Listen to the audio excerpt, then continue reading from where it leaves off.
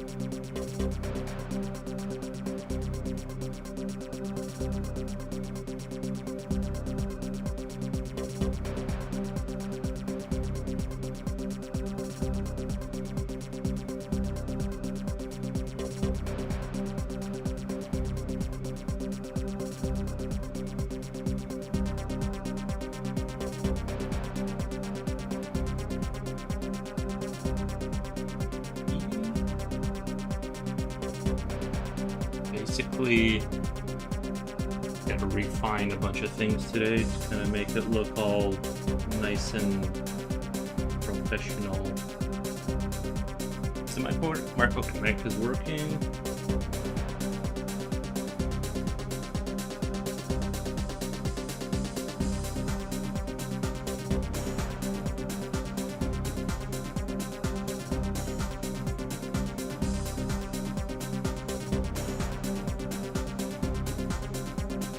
Julio, welcome in.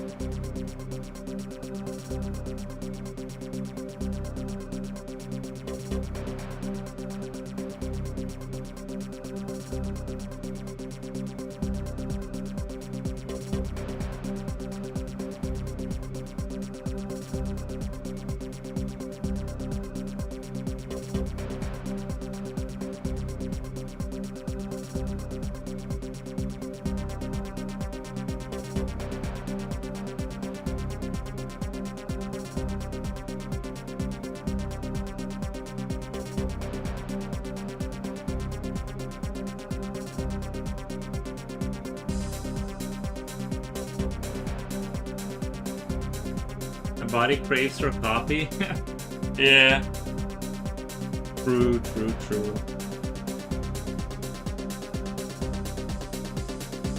I'm trying to stay away from it. It's Saturday? It's Saturday? So why can't you have coffee on a Saturday? Seems like just as good a day as any.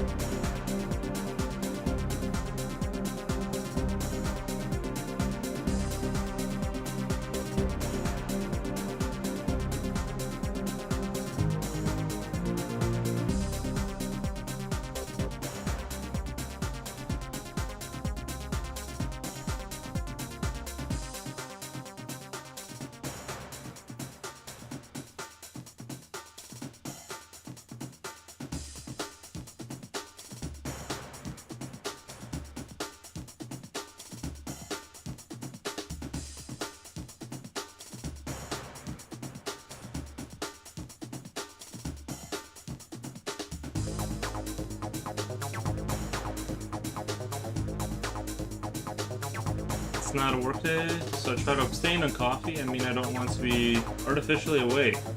It's good to take time off coffee for sure. Respect.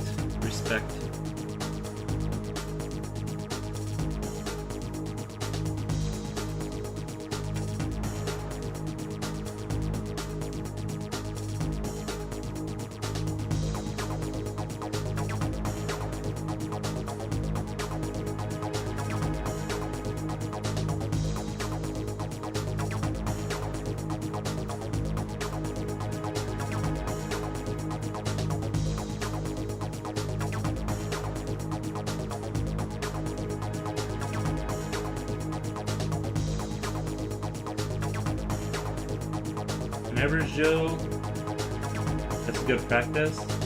That helps rest. True, makes Monday's coffee all the more powerful.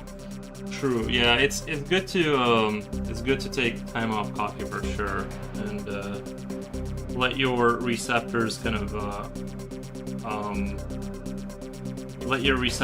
kind of restore themselves a little bit.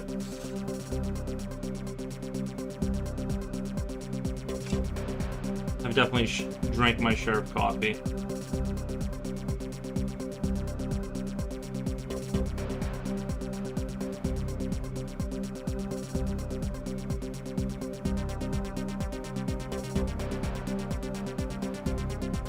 I'm again on the old no caffeine trip, but this time I haven't really felt too much negative from it. I feel fine, but maybe a little bit more like irritable, but other than that, I feel fine.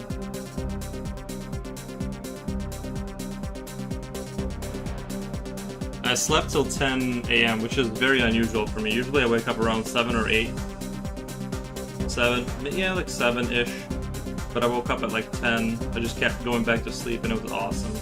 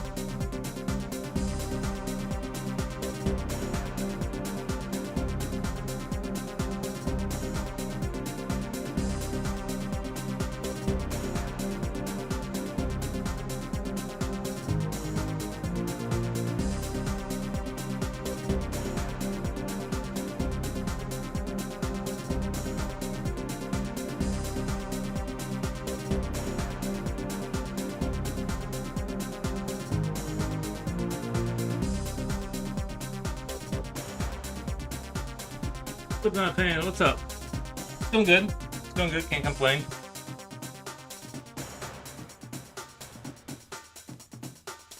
Just trying to work in the details on this side of the map here. Not exactly a map, but...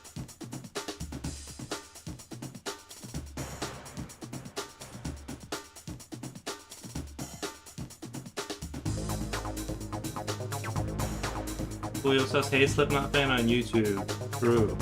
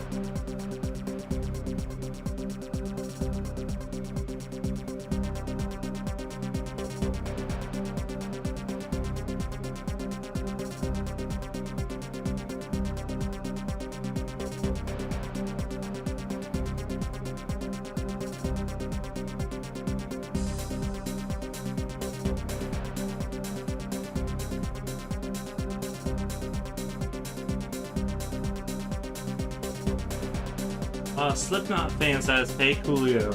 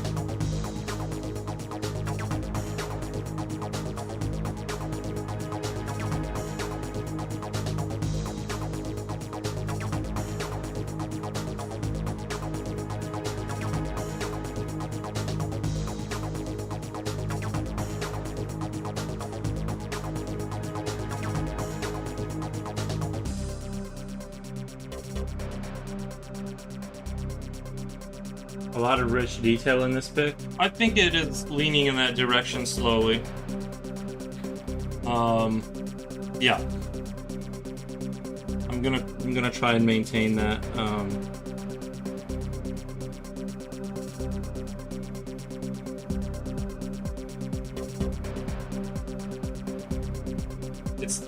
I definitely like the way it's going. It's been a more difficult one. But I think there's some danger that I'm kind of like hitting the limits of my skill here, and I can like kind of do a whoopsie daisy, and it's not gonna be that good. So I think I'm actually gonna be a little bit more careful. I just gotta get the contrast on this forefront kind of like done. Definitively done before I start moving into the back stuff, because that's where it's going to be like also tempting to add in a lot of contrast, but I need to like avoid doing that.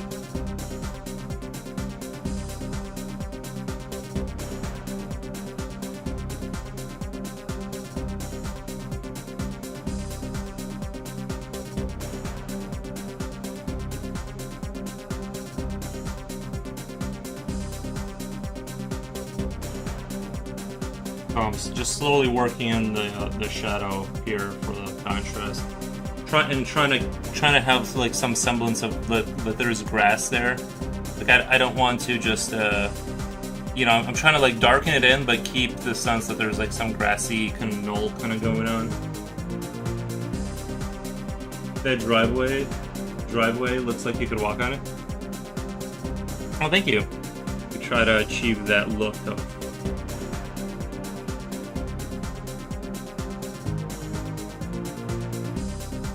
That trying to maintain that like angle, you know what I mean? Try to like have that angle look like it's actually angling, and it is a slight hill kind of a thing wrapping around. I think that turned out really nice. You know what's weird? Even though I haven't really achieved any kind of notable success in programming, I will say that just thinking about it has revolutionized my like thinking about drawing a little bit, because I kind of naturally think of everything in like these segmented ways, which I think is actually a superior way to think of it, instead of kind of drawing everything instead of drawing like an evolving blob, like actually thinking of everything. Not that I've done it perfectly, but thinking of shapes and contrast and sort of different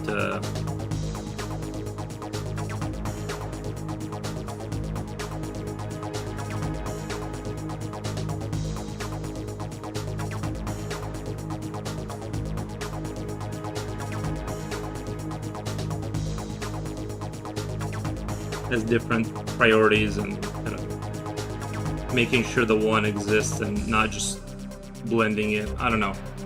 I think it has helped me. As weird as that sounds, I think trying to learn how to program has like sort of segmented my thinking into like steps of order and stuff like that.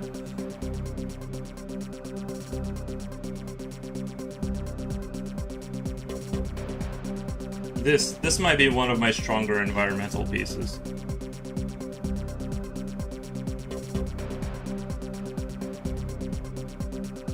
Do you know the author Terry Pratchett? This has vibes of his book covers. Terry Pratchett. No.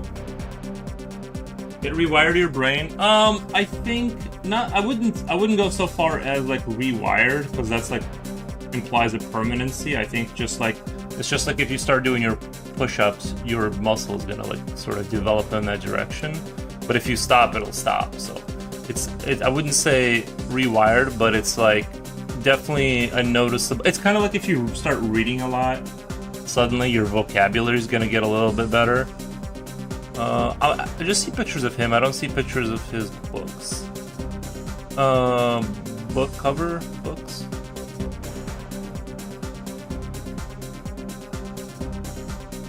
I see pyramids. Oh, maybe you mean like the more whimsical stuff.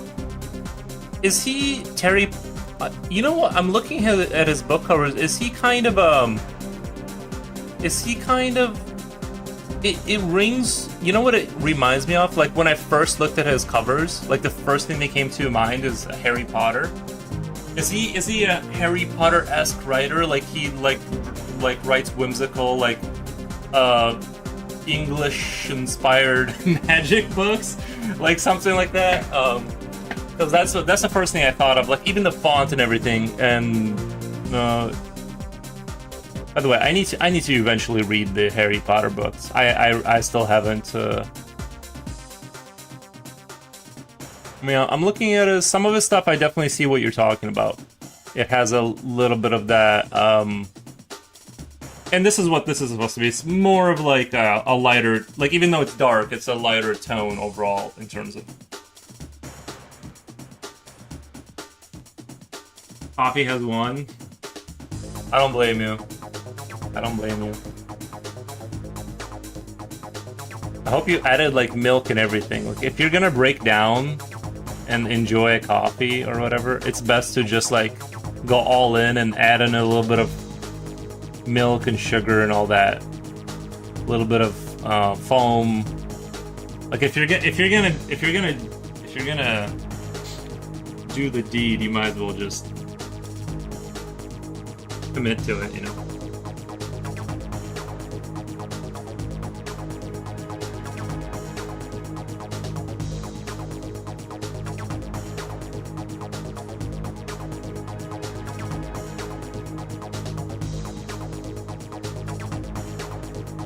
Harry Potter is a coming-of-age book. It was aimed for children on the earlier books, then started to get dark from book 4 onwards. Well, to be fair, people did kind of grow up, right? Like, by the time, like, when I watched the first Harry Potter, I was a kid, so it kind of makes sense that, like, well, I know you're talking about the books, but, like, the movies, too. Like, I don't think it would have been wise to keep it, it needed to get a little bit more mature, I think.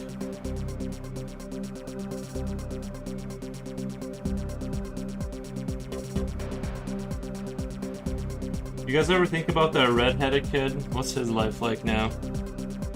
So he was like a major character in that franchise.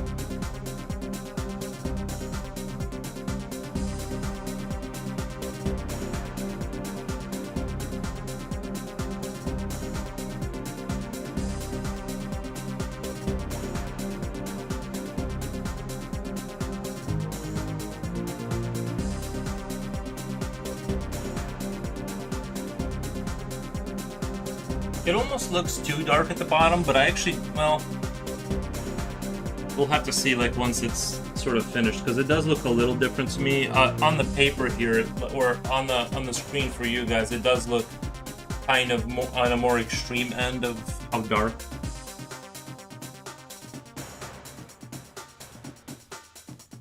But yeah, I enjoyed Harry Potter movies, at least the first couple that I saw.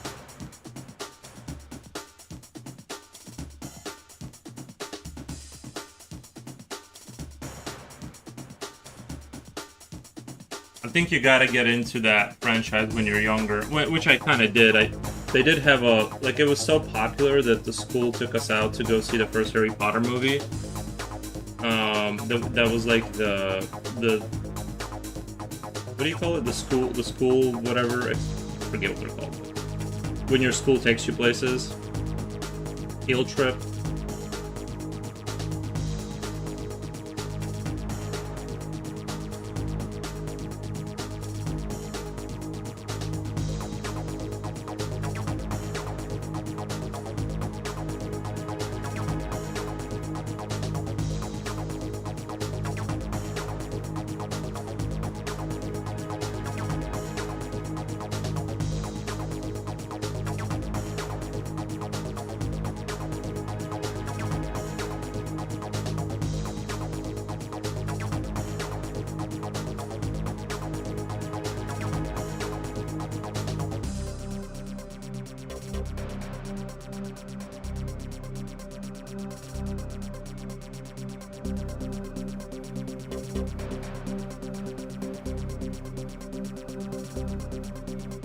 The book was released in a yearly basis at least, and the movies followed suit, but at the time the series ended, the fans grew up, and so are the cast, etc. The books actually encouraged reading for young people at the time.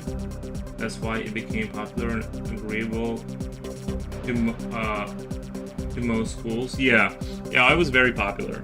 It was very popular.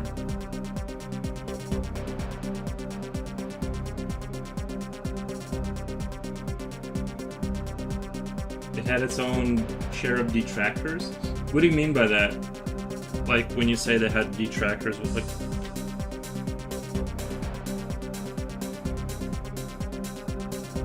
like schools that didn't accept it, or the witch. Oh, I see what you're saying. Yeah, that wasn't like. Even though we live in a kind of I would say predominantly like Christian-esque area. It wasn't like I don't remember that being a thing here, like people freaking out over the witchcraft. Because to me, it was like it's the same thing as like it was like work of the devil. Yeah, he's always sneaking in there. But I kind of see it as like a book about sort of witchcraft. It's not really any different than like if a kid is playing like Warhammer. You're not calling them a genocidal monster because it's like you get that they're pretending and stuff. Like they're not really promoting war. So it's like it's like you're having fun. That's kind of how I look at it. I feel like people have the discernment to tell the difference, but who knows?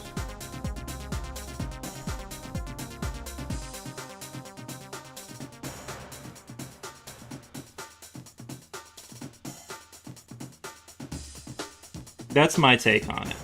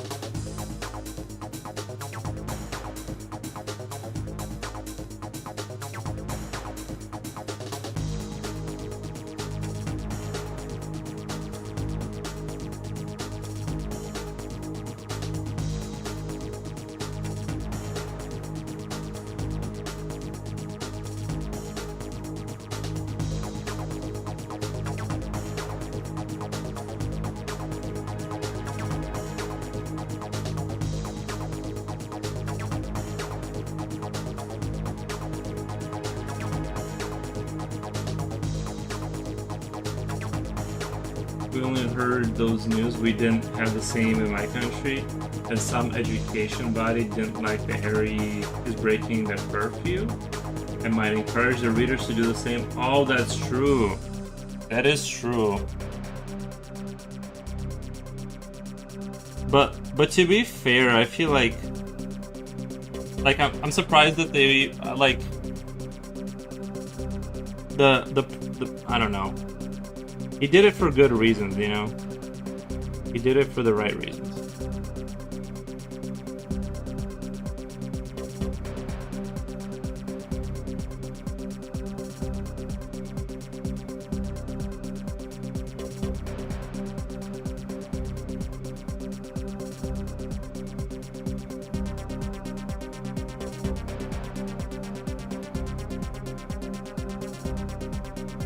I'm really surprised that there was any pushback. Honestly, I'm very surprised to hear that there was like, I kind of remember the witchcraft stuff. There was like a little bit of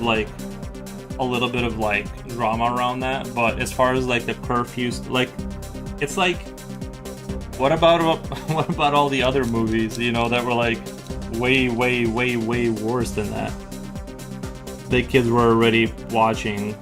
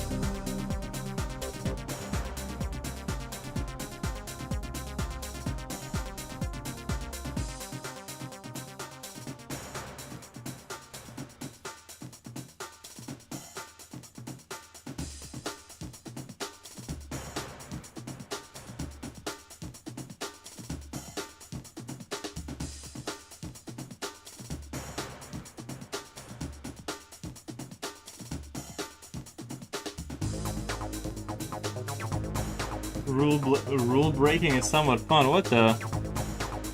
It can be,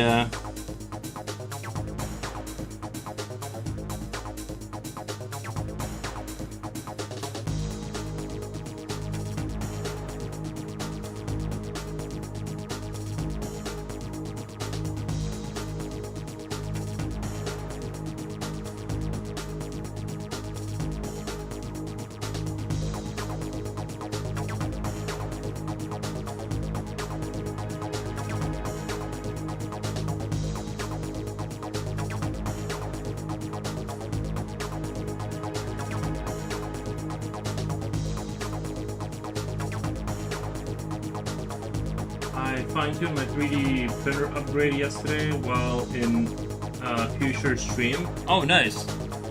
Was he working on his rooster?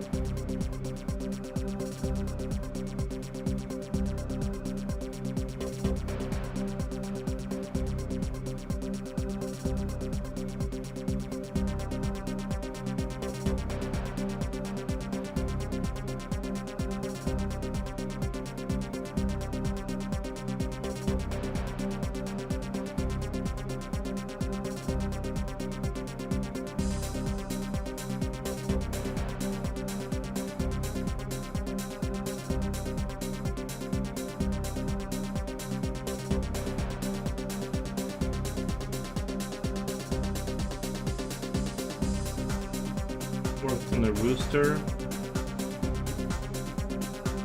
Made a few jokes. I forget to watch. I forgot to attach 2 screws and had to disassemble half of what I done just to attach them. Okay, so it's not just me. I have the same thing. Like when I build something, Usually I end up having to go back and reassemble something else. I'm glad I'm not the only one.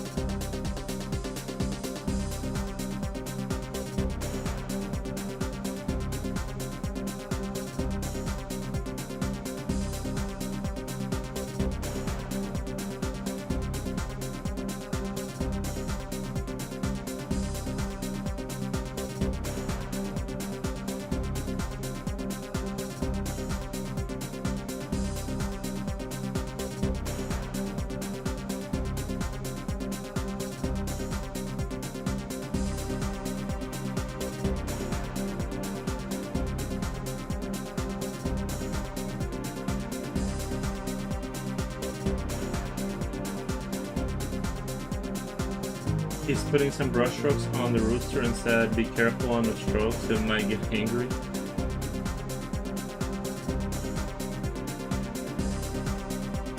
That does sound like future oil.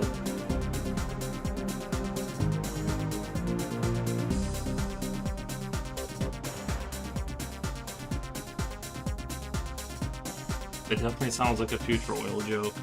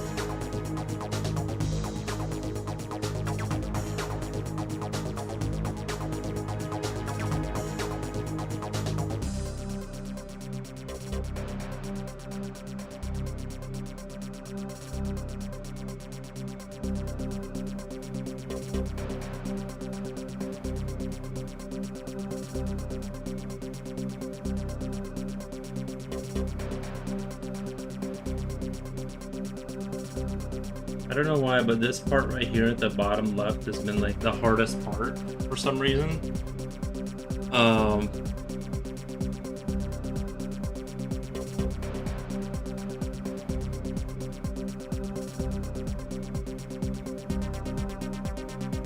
Holiday scented soap, welcome!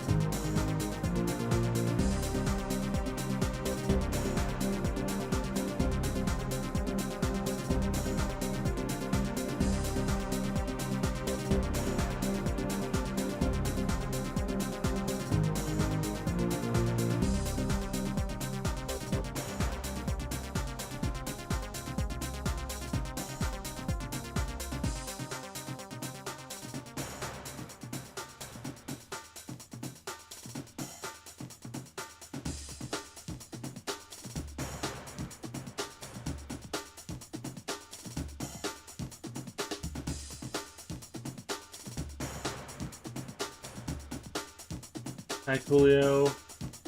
I had a coffee relapse.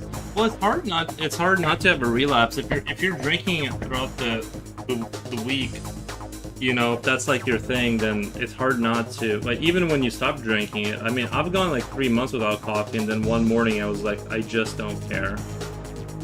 You know, it's not relapsing from coffee is really difficult. That's a difficult thing to do.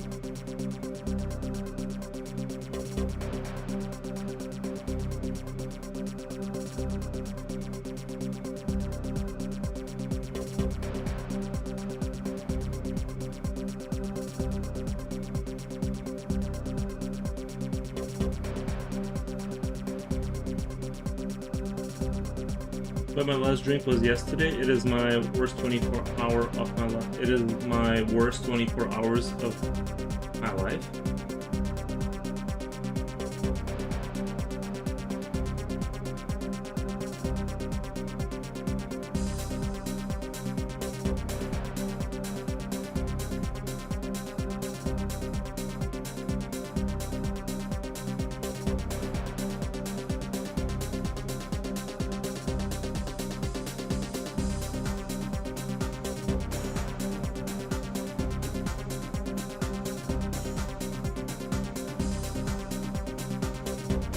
All this coffee talk is making me want to have a coffee right now.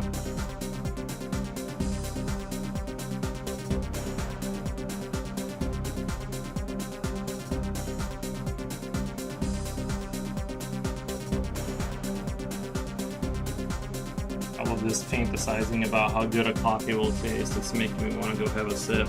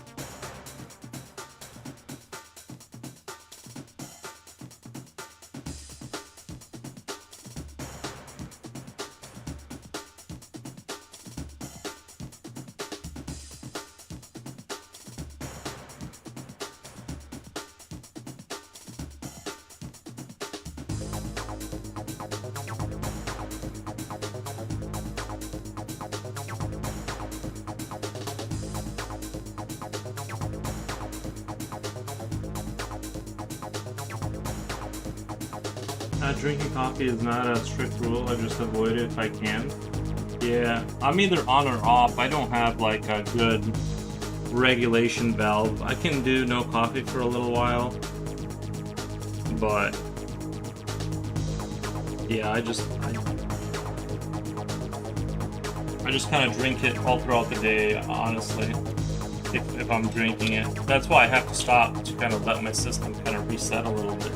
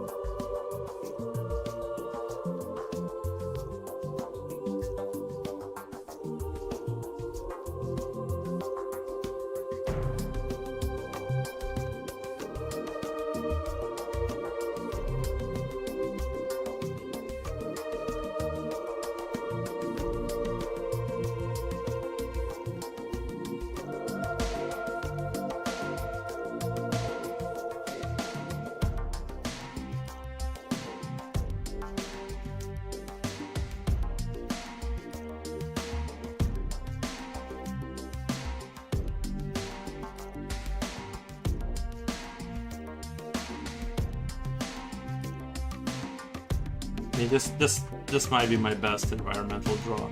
Yeah, like now that I'm honestly looking at it, I think it has the most awesomeness.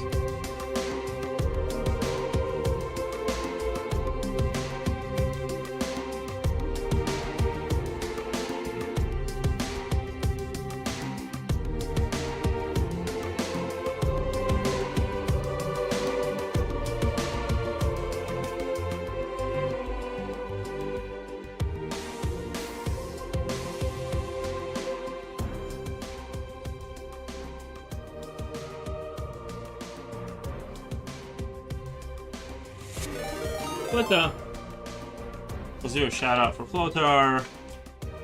Pew, pew, pew, pew, pew, pew. We got super. I don't have the super sound effects. I'll just do the air horn sound. Shout out Flotar. Flotar, how is the stream? Rating you Rating you, Foros. Womp womp. Thank you, guys. I was thinking of adding a frog to this, but I'm so far not convinced that it needs a frog. But I was thinking of maybe adding a little froggy frog, but welcome, Raider. Thank you, guys. Appreciate it. How was the stream? I heard you were doing some 3D stuff, which we're always excited to hear about your Blender journey.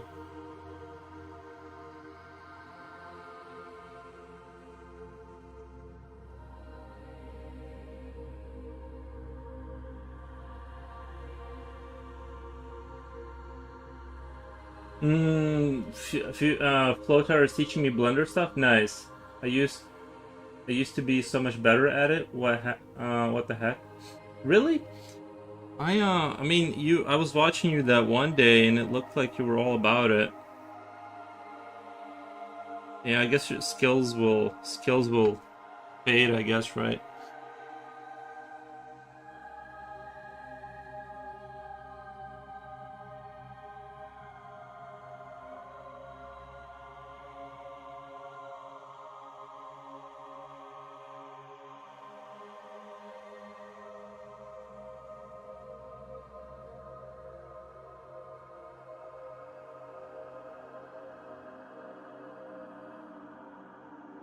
I was doing a lot of 3D 3 years ago, and I burnt out bad and did nothing but 2D for a couple of years. There's a program I gotta show you. It's on Steam. It's it's like a 3D. It's like, okay, so it's like Blender but super simplified, but it still has like pretty wide range, I think, for if you're willing to spend the time. And it's like they made it like they've simplified it to where it's like Legos for people who like don't understand like 3D software. But you put in 2D sprites and map them onto whatever, and then you build shapes out of them, and it looks like it's so good. I keep trying. I need to find it and show it to you because I think you would really appreciate it. Like out of all the people, I think you would really appreciate taking a look at it because it's like and it does like it's really nice 3D pixel art kind of vibes. That's what it's going for, I think. It's a nice 3D sort of a. But they basically taking like what most people want in 3D software. It's sort of it kind of at first glance it reminded me of like almost like Asprite but for 3D. Like they just really narrowed down kind of like what most people want and simplified it. I think it was doing a lot of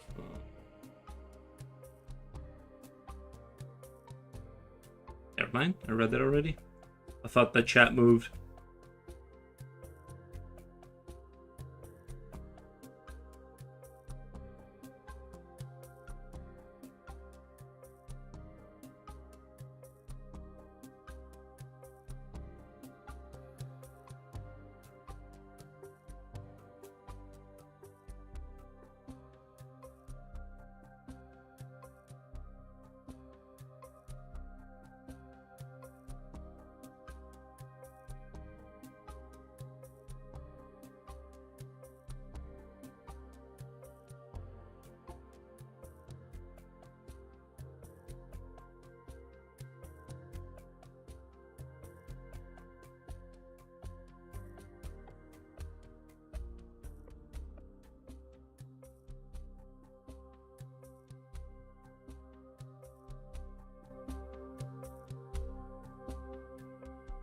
But yeah, just been working on this piece. I think it's turning out to be one of the more whimsical and fun ones that I've done in a while. So I'm enjoying that.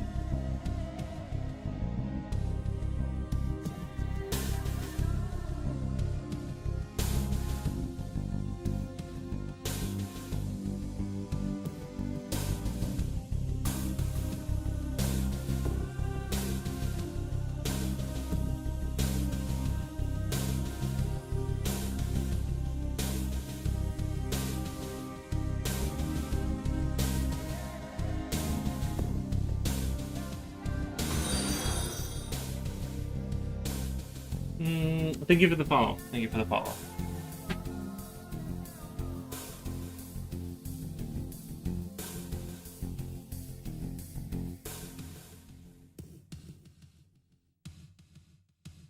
I'm having a really hard time evening out because, like, I got a little crazy with the pastels in the beginning, and I try to just do a general layer of darkening everything, and now there's all of these like artifacts everywhere that I'm trying to smooth out and kind of get everything to the same visual standard, and it's causing a lot of like headache because every time I fix an area, it feels like some other area is no longer looking bent, bent out of shape. So I'm having a lot of issues with that. But I didn't want to not use pastels and slide slowly into this kind of render timidly kind of approach, which I usually do, and I'm kind of sliding into it now, but I feel like it's okay because I'm trying to fix stuff.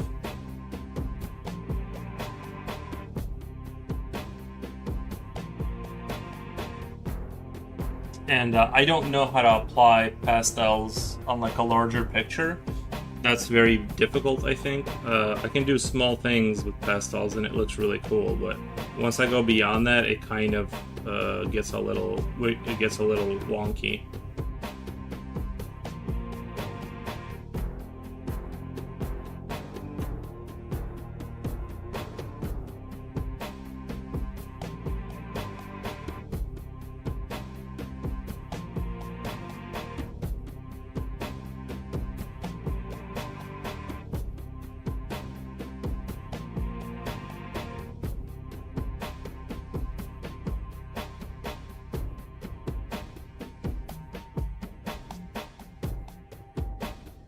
Kind of struggling to fix everything.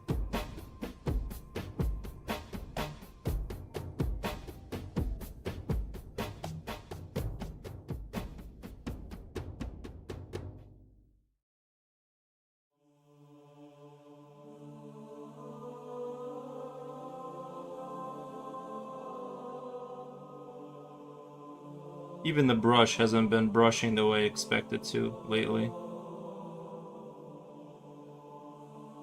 Usually if I want something to look hyper smooth, I just kind of brush it and then go over it again to kind of get that ultra refined look, but it's been kind of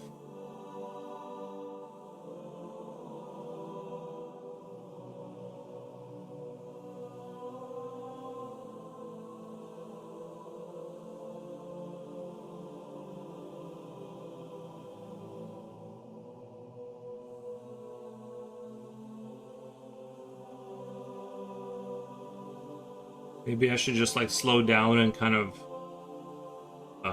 not think about it too much and just kind of keep doing stuff till it feels better overall without too much thought, I guess, maybe.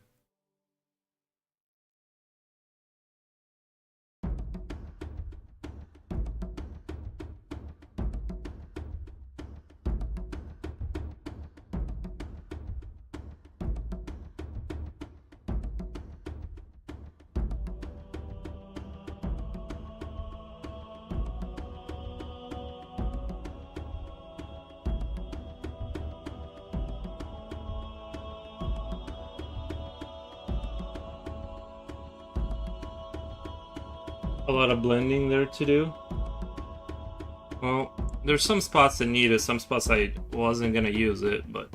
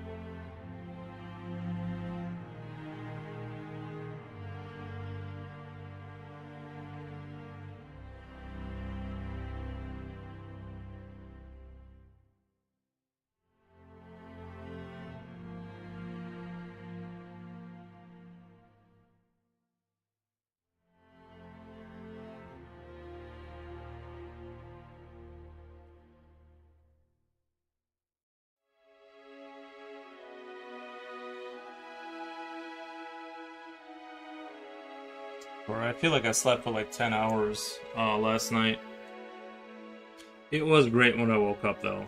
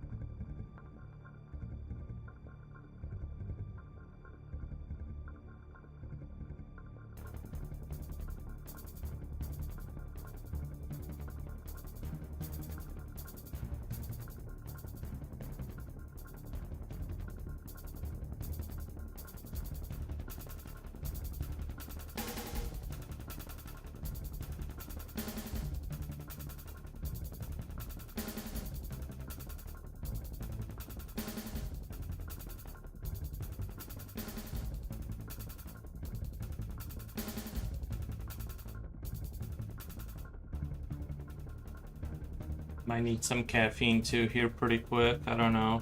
I'm trying to hold out, but maybe just a sip of cough.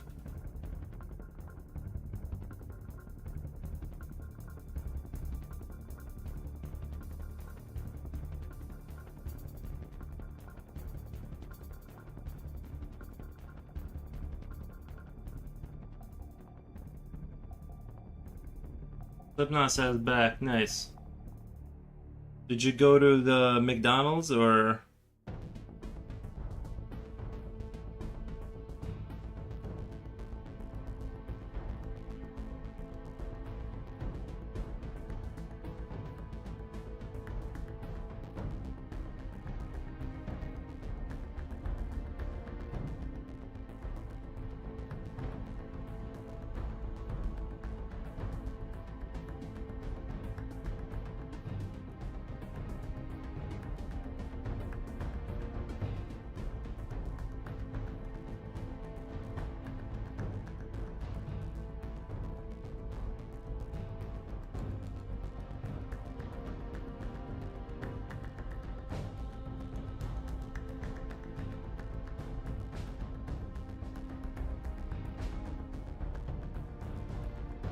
the Pratchett book would be enjoyed by Harry Potter fans. That Pratchett's books would be enjoyed by. That's kind of the vibe I got from what you were saying. Is that it's basically like Harry Potter energy kind of stuff, which is very smart to do. Honestly, that's a smart thing to do, especially when that whole thing was popping off. Establish yourself as like Harry Potter adjacent, whimsical British eccentricity. I think that was the other thing too. I think that's what made it work too. The Britishness of it all. Like that's what made it work.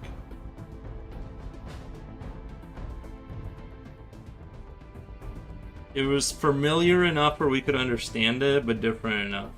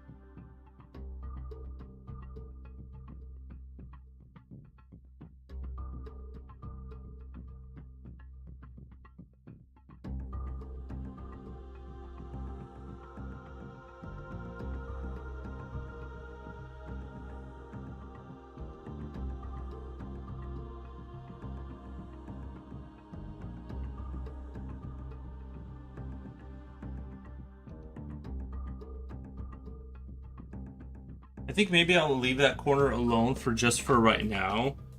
And what I'll do is move to a different area and kind of start working on back there-ness. Like just a little bit, just start working on the back there-ness of it all. And see what it looks like in a contrast. Because I do think I'll have to go over this and like re-establish some contrast. Because like right now it looks really good, but that's only because everything back there isn't emphasized at all. So that's another thing. Kid Nest. Oh, and search for Nick Keller art should be first link on Google. That dude is insane. Nick Keller art? Nick Keller art.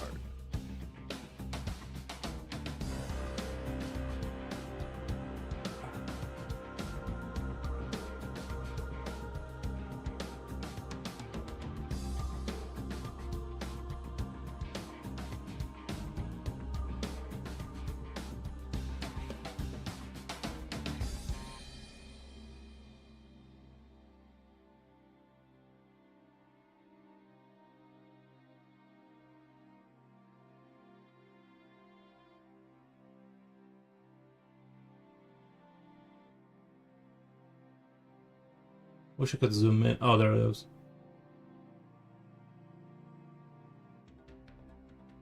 It's like high fantasy. I like the Air City kind of thing.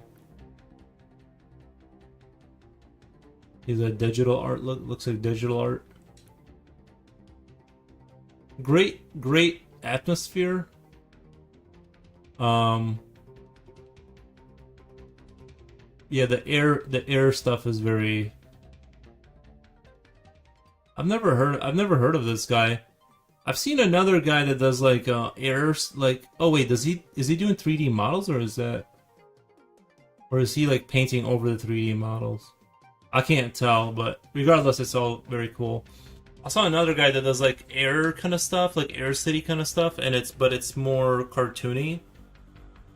This is way more in. This is way more towards the realistic, I would say.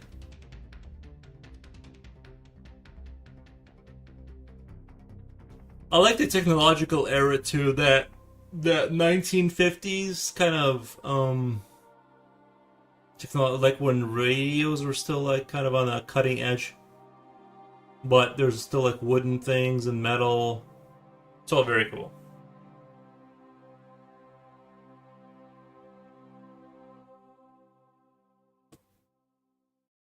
Yeah, I've never heard of this guy before. Very cool. Okay.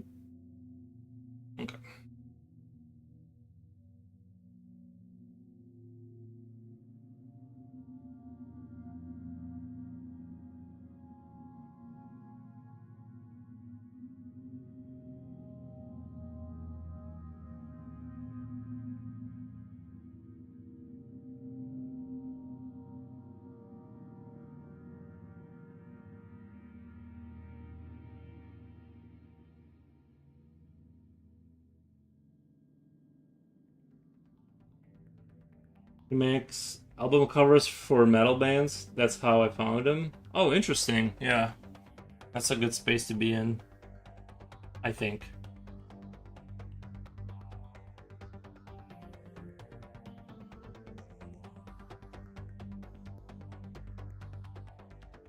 I want to see his album covers. Does that look like it? Is that his personal work, the airship stuff? Mortal Engines? So is that for a video game? Isn't Mortal Engines a video game or something like that? Or is that like for when he was doing like a movie? Seems like he's...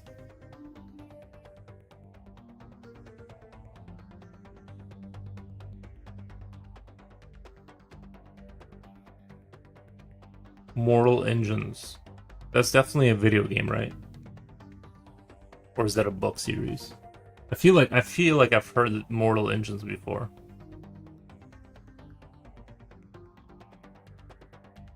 Well, regardless, he's really good.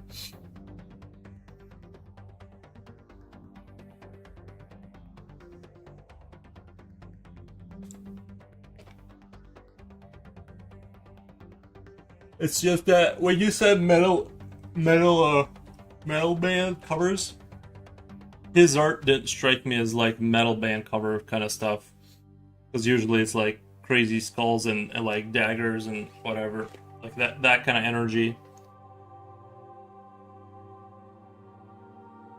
Okay, so now I gotta work in the. I'm gonna start working in the background in a little bit. Hopefully, I maintain the correct sort of ratio. Because like Luna, what the? Let's do a shot. I was just gonna go get water too. Let's do Luna Bloom. Thank you so much for the raid. Is that what happened, or did I hallucinate that? Shout out Luna. Not letting me do it. Did I hallucinate that? It didn't show up. Luna. Oh, whatever. I thought it happened. I could have swore that my screen just said somebody raided me. Or maybe it's still going through. I don't know. I'm very confused. Why did you see... Did you see the Shilada guy? He rhymes when he says promoting a shoe cleaner. I'm not... Did you see the Shilada guy? He rhymes when he's promoting the shoe cleaner. I don't think I understand the joke. Let me go get a little water. I'm a little thirst. I'm not gonna lie. And I'll be right back. But did you guys not see there was like a raid, right? Like that happened? Unless they're just not saying anything. Unless they're just super quiet. One second. There's water right here. Never mind.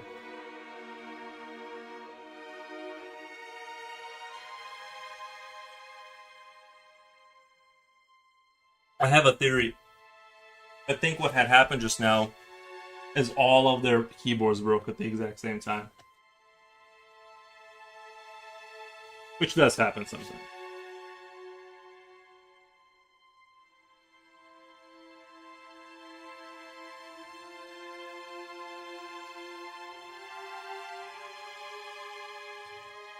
Which rate? Okay, that I didn't just hallucinate. Okay.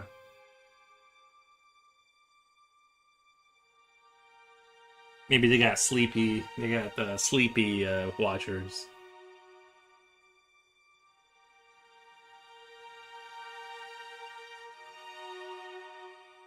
They need to do raids for like They need to do raids for You know, I might need to have some caffeine here in a couple of minutes just because I'm feeling a little headache coming on, if I'm being honest. And it's not the heat. I think I slept too much and then like dehydration. I don't know. I'm feeling a little head cut headache. Come on.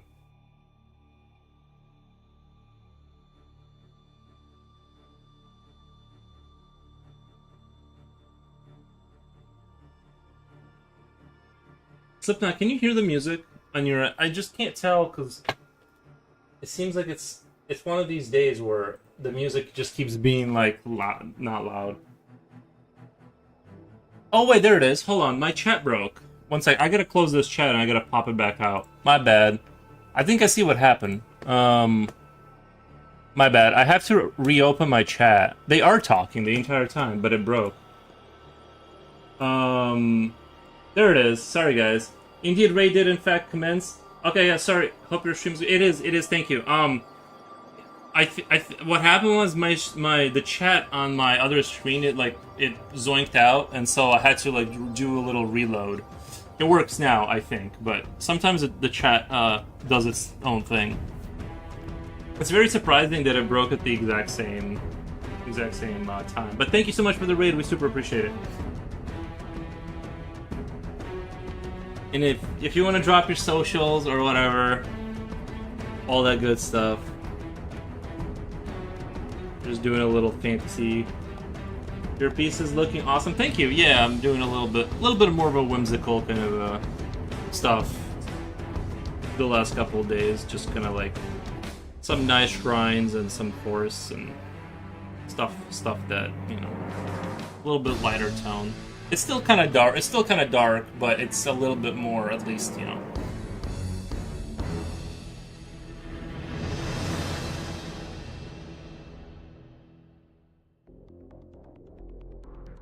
I do think this is one of my better environmental ones that I've done.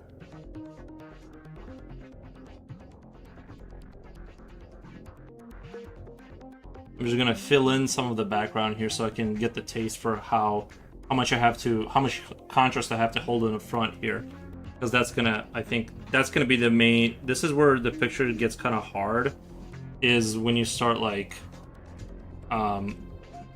doing this part, right? Like that's what things get a little squirrely, at least for me. I don't know. And maybe part of it is the tone paper, because normally on white paper, it would already, like, I guess I could in the sense, I could like just make the background, kind of use white on the background, and this tan would naturally be a mid color, or like, you know, like a mid tone, but I'm not doing that, I guess.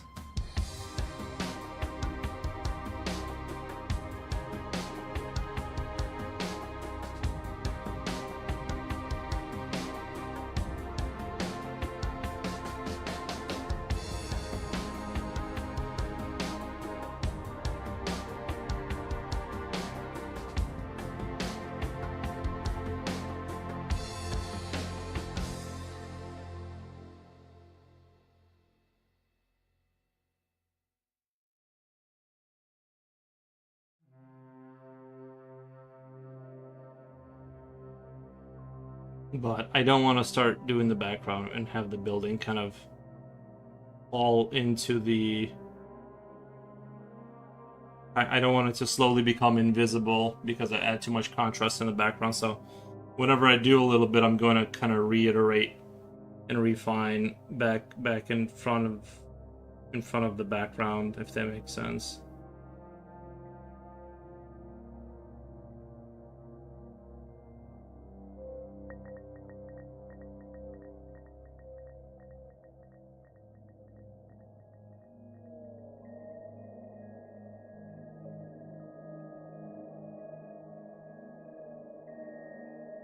I almost regret not just putting wheels on this thing and just having it be like a traveling kind of like a traveling frog that sells potions or something. Just like go all in with the weirdness. I think some wheels would have been nice.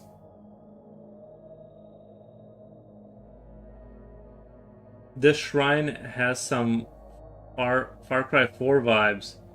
Interesting. I know I played Far Cry 5 and a couple other ones, but I never was that the one where you're in like Asia? You're like in the mountains of it's like I forget what country. It was like what whichever country they filmed Bak in, that kung fu movie, but I forget the name of it now. But it was definitely like an Asian country, right? I do. By the way, I think Far Cry is underrated. I think those games are, in hindsight, really fun.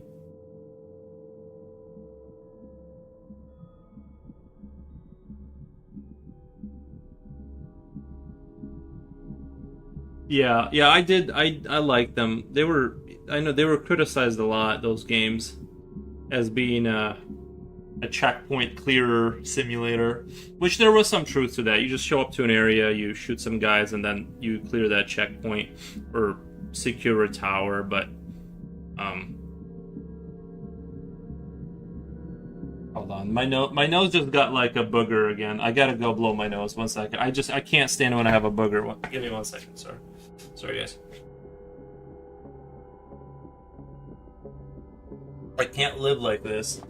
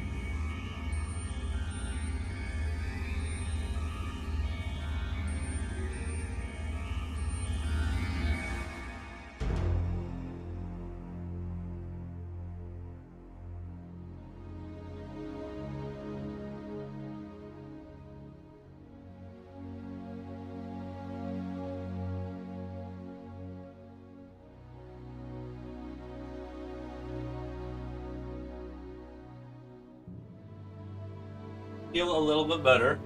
There's still something stuck there, but we'll just have to roll with it. And I feel a lot better after that.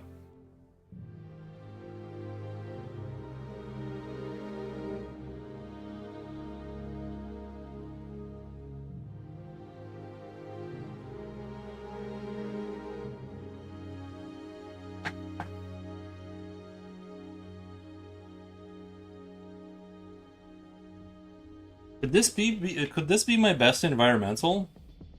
I feel like even the angle, the fact that the building is sort of like going this way, and then the ground has like counter kind of a like angle to it. It all kind of like works pretty well, I think.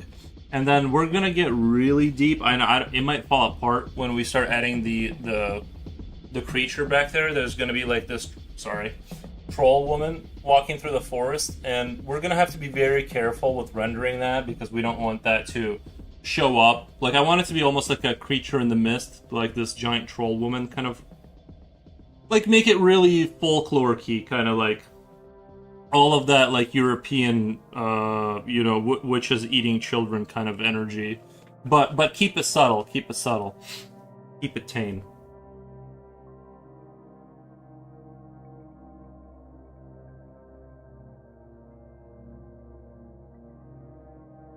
Sorry, my camera.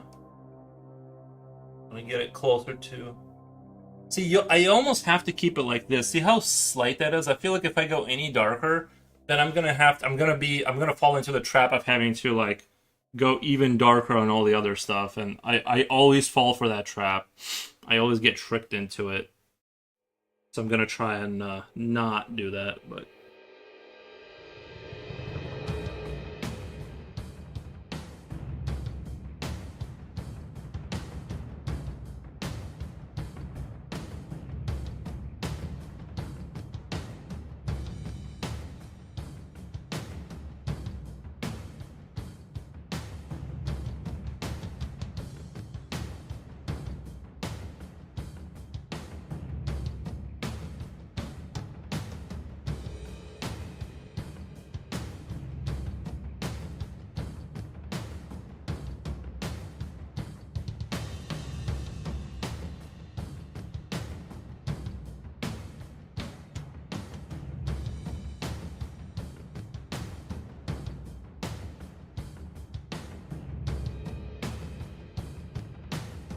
wise man. Nice, thank you.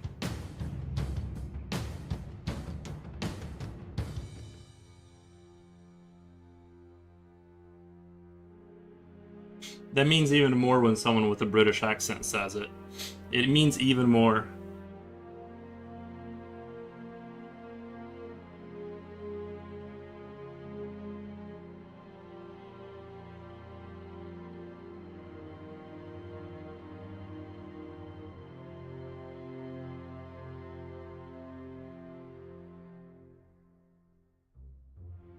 Man, I hate when something's stuck in my nose so much. I just want to look almost like just break the cartilage in my nose and reset it to like move it out of the way. It's like it bothers me that much. I hate it.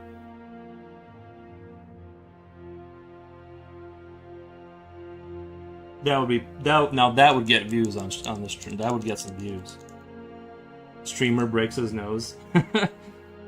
Boogers.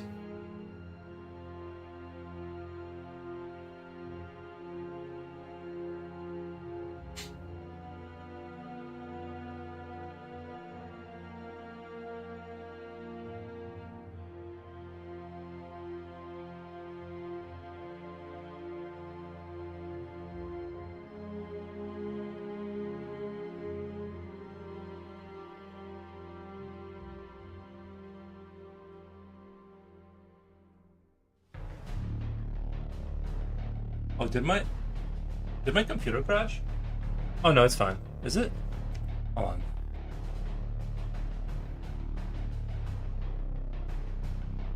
on. Let me restart my Twitch here. I'm not sure. I think my Twitch is glitching out on this computer hard. Okay, it's going now again, I think. Redo the chat. Sorry, technical issues today. This never happens to me. Usually, none of this stuff has any issues, but I guess today I'm just not.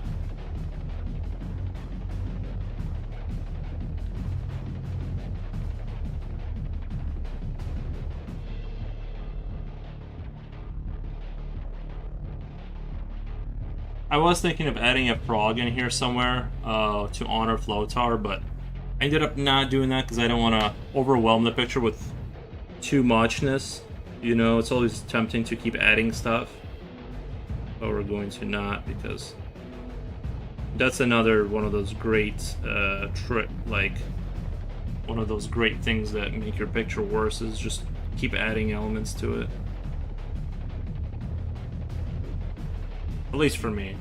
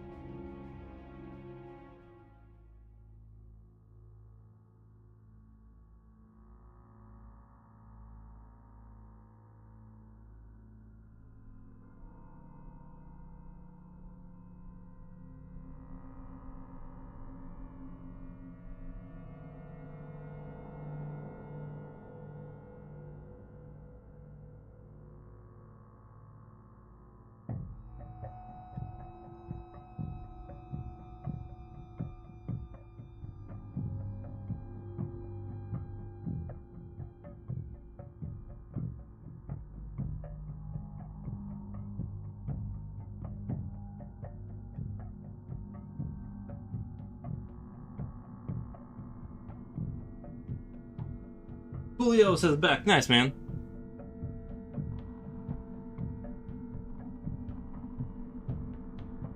But yeah, I'm very excited about. I think I'm starting to get to a point where I get a little bit excited about programming. Not like really, you know what I mean? I'm still kind of like I'm still more or less committing blocks of it to memory more so than being creative with it. But there are like little points where there's like little breakthroughs, and I've been like maybe moving stuff around and stuff. I'm almost tempted to start a separate project where the entire project is only written on a level that I can do, and grow out of that. But then I feel like I'll abandon the first project, so I'm not gonna do that. But all I can promise is to commit daily time to learning. Streamer literally streams.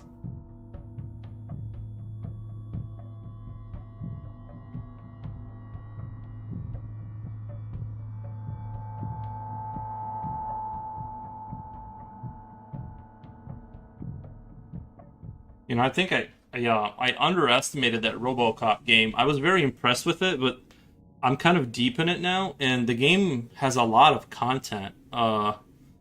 I know I rave about it, but man, they really like it. Felt like whoever made that game. I need to find out the people who made it because they clearly understood the assignment. Like it feels like the movie. It's just like the whole package is there.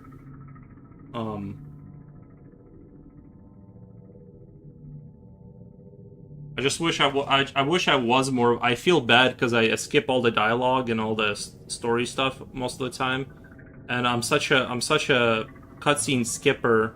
You know, I'm a pew pew enjoyer, pew pew, and so I'm not the guy to watch like all of the cutscenes. But I almost feel bad just because of how much effort was put into it. Like you can tell.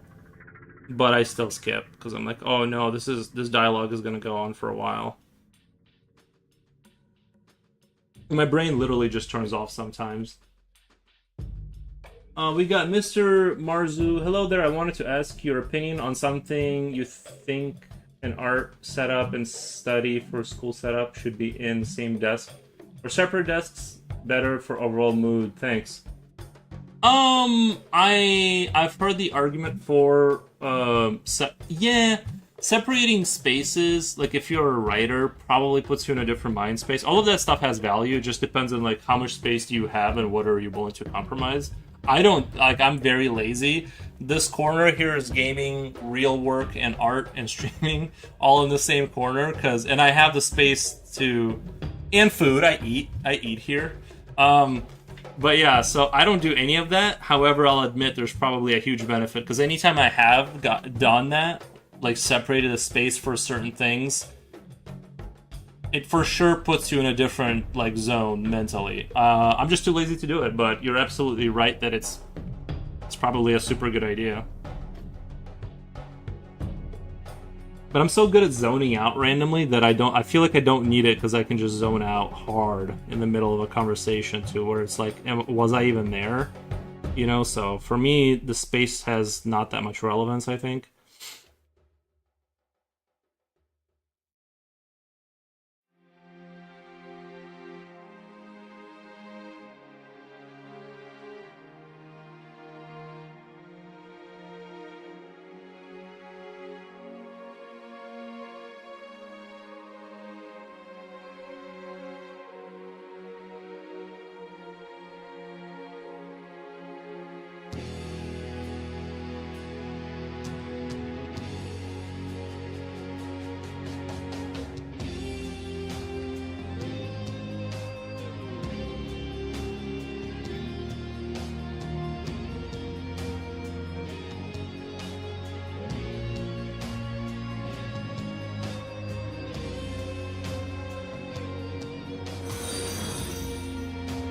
Thank you for the follow.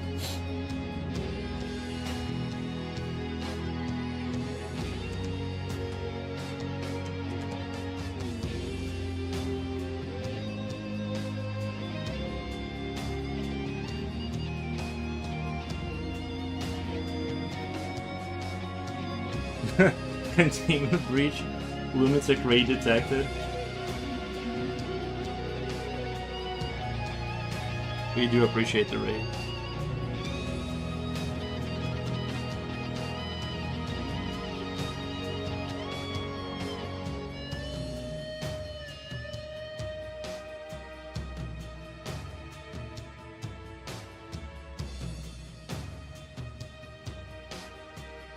I was lurking. Nice.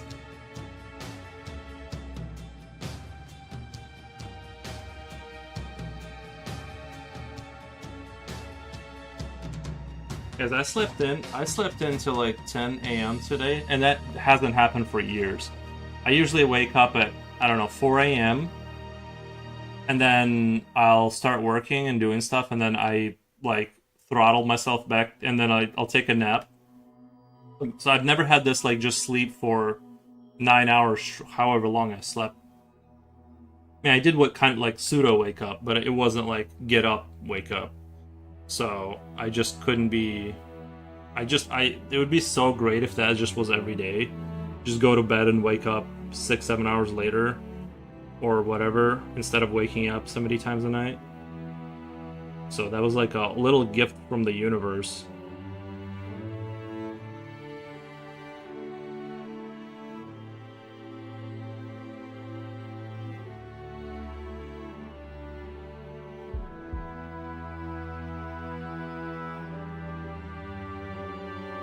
You know, it almost took me like a couple hours just to put myself back together because like I was in such deep sleep that I was like, whoa.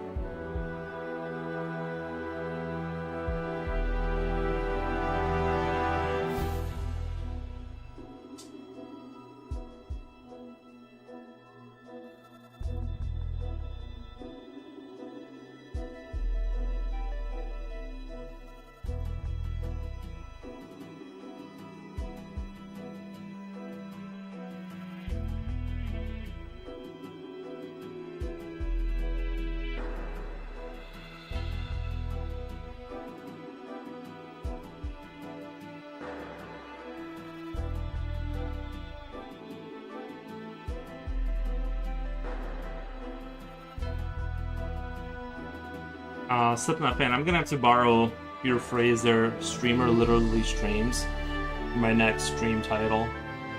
It's too good.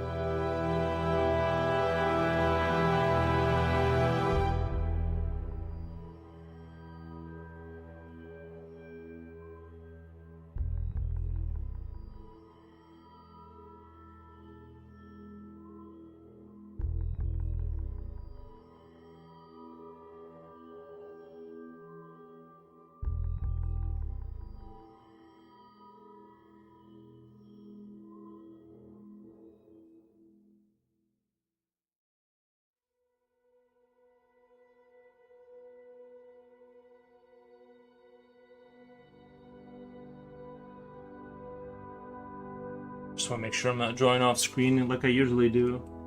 I slowly slide out of the screen and then...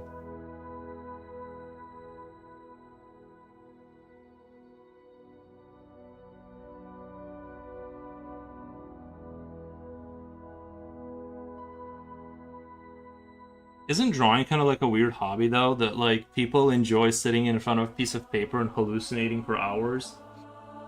That's essentially what you're doing. And then just like slowly learning to make that look like what you're imagining. Isn't it kind of like an early stage of like hallucinogen drug use, like in a certain sense?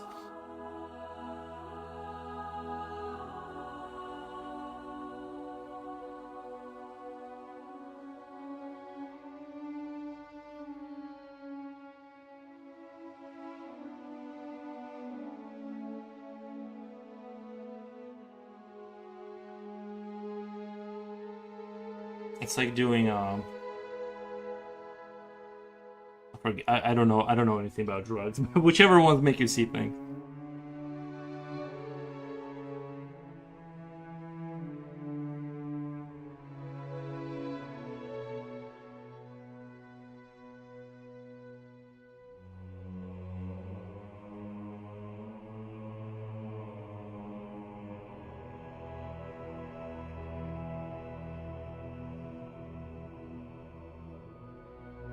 You know what? Maybe doing things that are more whimsical and light like this is a better option for me, and then add in some element of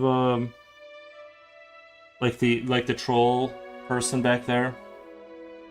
Like add in something on top of it that kind of brings it back instead of going all hard from the start. Try to go in the light direction and then bring it back. There is some self-fulfillment in doing such things, but so are biking, mountain climbing. But I would push back that it gives a natural high. True, but mountain biking and climbing, those are concretely putting you back into reality. Drawing is you're like combining your sense of understanding with your imagination. But you're still kind of daydreaming, right? Like your initial like glimpse of an idea that you want to draw is still like daydreaming.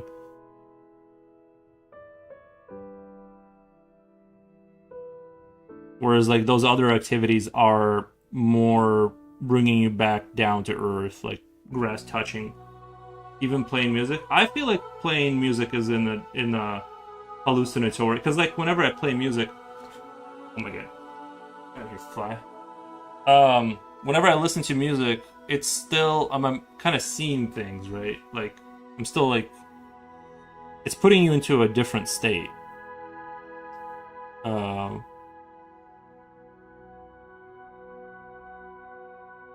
This is gonna get real philosophical. Composing on the fly. Yeah, I feel like music and art are kind of in their own league. I mean, they're still like connected to reality because like, or at least I think they should be, to some extent. That they're like, the meaning of it is transferable. Whereas I guess I could just draw like completely unhinged things that are like not connected, and then those things are like hard to interpret, right? Like they're more metaphorical. Not that there's anything wrong with like the more metaphorical art, but I like to kind of gravitate towards more understandable kind of stuff. I mean, playing an instrument, yeah. I agree that, yeah. But do you agree with me that like, I mean, what do you think about coding, like programming? If you're like not vibe coding like with AI, I mean vibe coding the way it used to be, where you're like not being very strict with it, but you're prototyping a program in like 16 hours. So you're kind of on this edge of, you know, you're not organizing all the information super strictly, but you're just kind of building a prototype program. That's kind of like in the same kind of, I would say that's in the same. It's hard for me to imagine though, like programming like what real programmers do when they can actually think, like they can transfer an idea in their head into some, like they can make that happen on a computer. That I all I can do is understand some of the code and be able to like read it back, and then once I understand it I can copy blocks of it and rearrange it. But I can't understand how people can just remember enough of that stuff to like sit down and be like, okay, I'm gonna do this, that, and the other, and like it's so bewildering to me. It's like writing a story. But programming also involves problem solving skills. Right.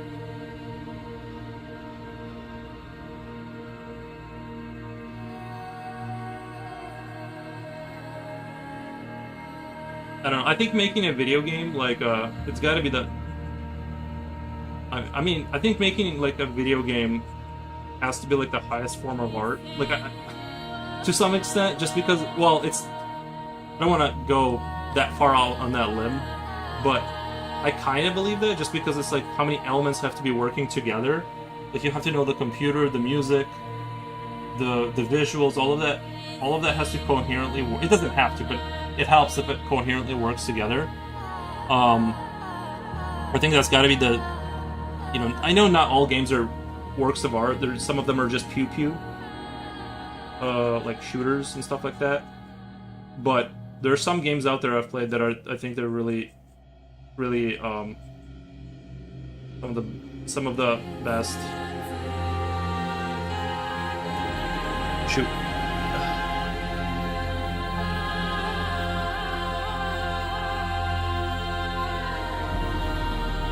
I get what you mean. Sometimes programming is an art in itself. I think so. No, I think it definitely is. I think it's just that it's so constrained by reality that it's hard to see it that way, because it's like it's tied so closely to it. Whereas art, you can cheat a lot in art and music. Maybe I'm wrong about the music. I'm not sure, but in art, you can like lie to tell a better truth, sort of. Whereas in programming, if it's wrong, it's just not going to work.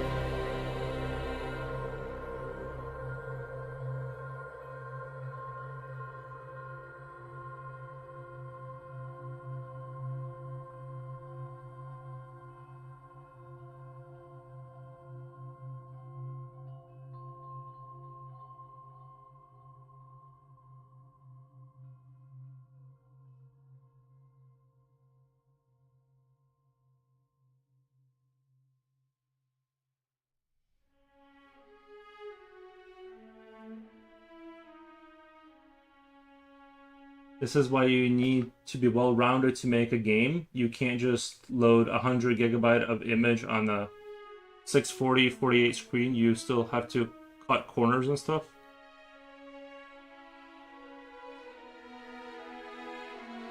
I think I understand what you're saying. I think I get what you're saying.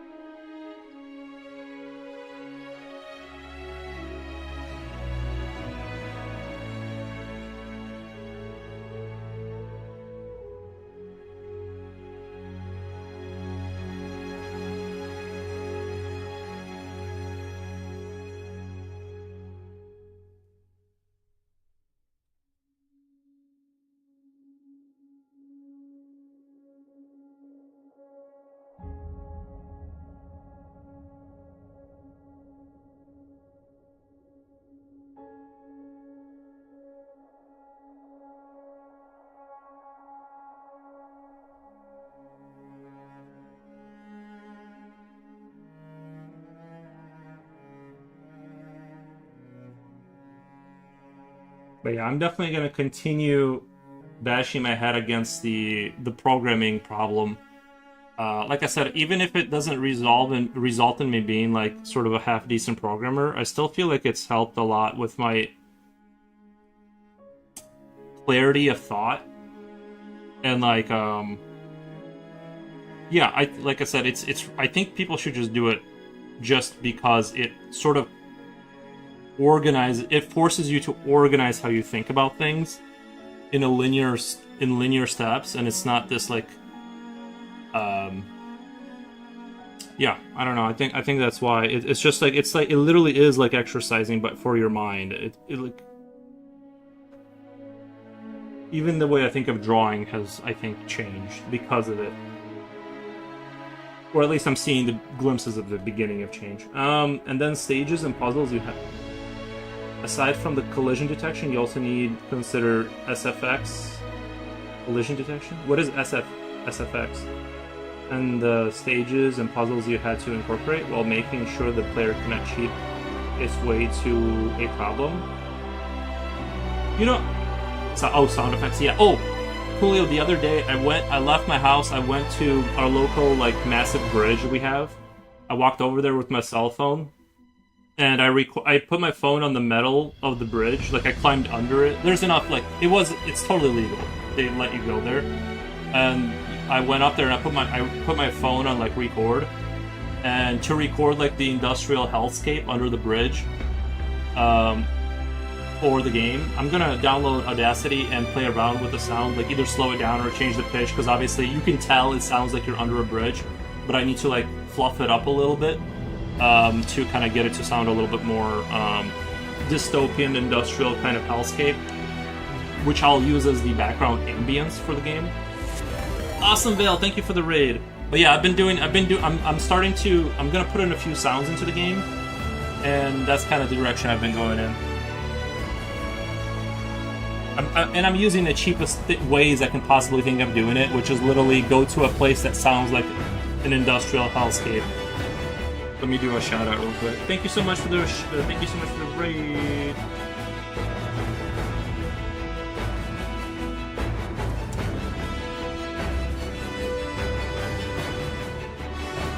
How was the stream? What were you guys up to over there? Hope you guys had super fun. If you want to drop your socials into chat, you're more than welcome. And my pencil vanished. Look at that. Oh, there it is.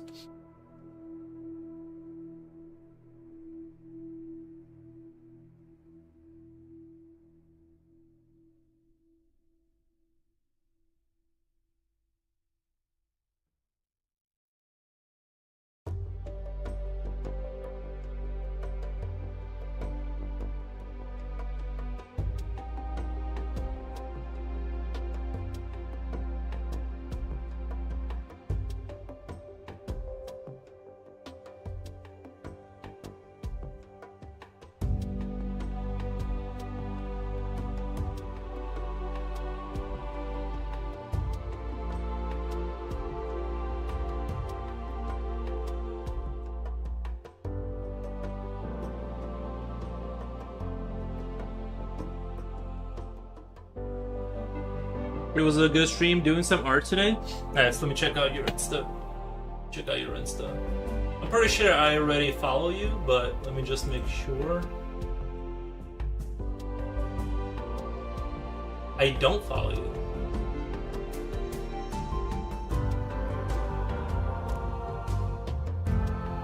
Let me just do some account glazing.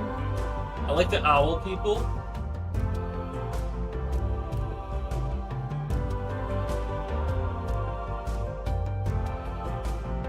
Octopus. Oh, okay. I did see this account before. I remember now. Oh, that's right. The Minecraft. Okay, I remember now. Okay, I gave you a follow.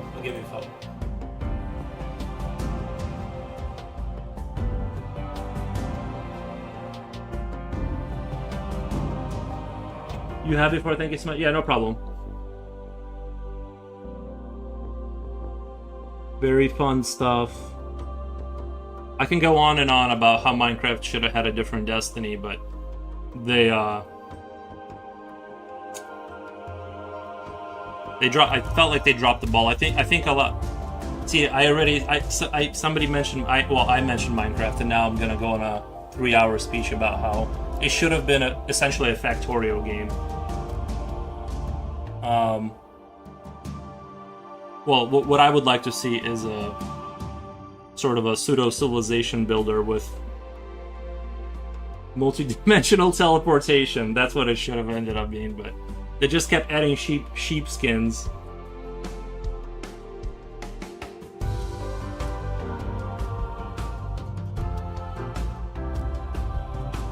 Which is, I sort of do understand. But it ended up in the hands of Microsoft, so not that Notch would have done too much better, I think, but Microsoft is a great company with great values. No, that's all I'll say. No, I'm just kidding. I don't think they have the they don't have the creativity for transforming something like that into something great. So I think Minecraft will stagnate in its creativity.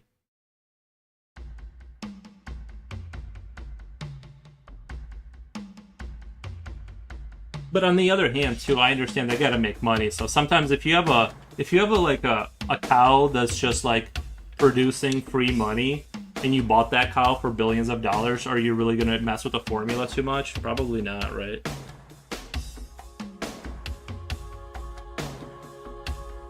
I need to find me a money printing cow too. That would super help.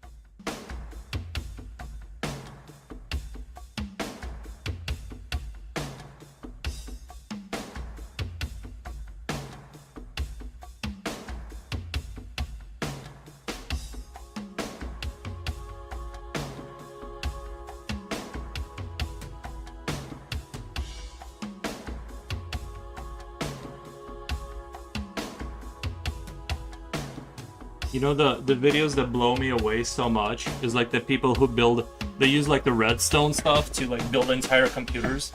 They build like a CPU core inside of Minecraft.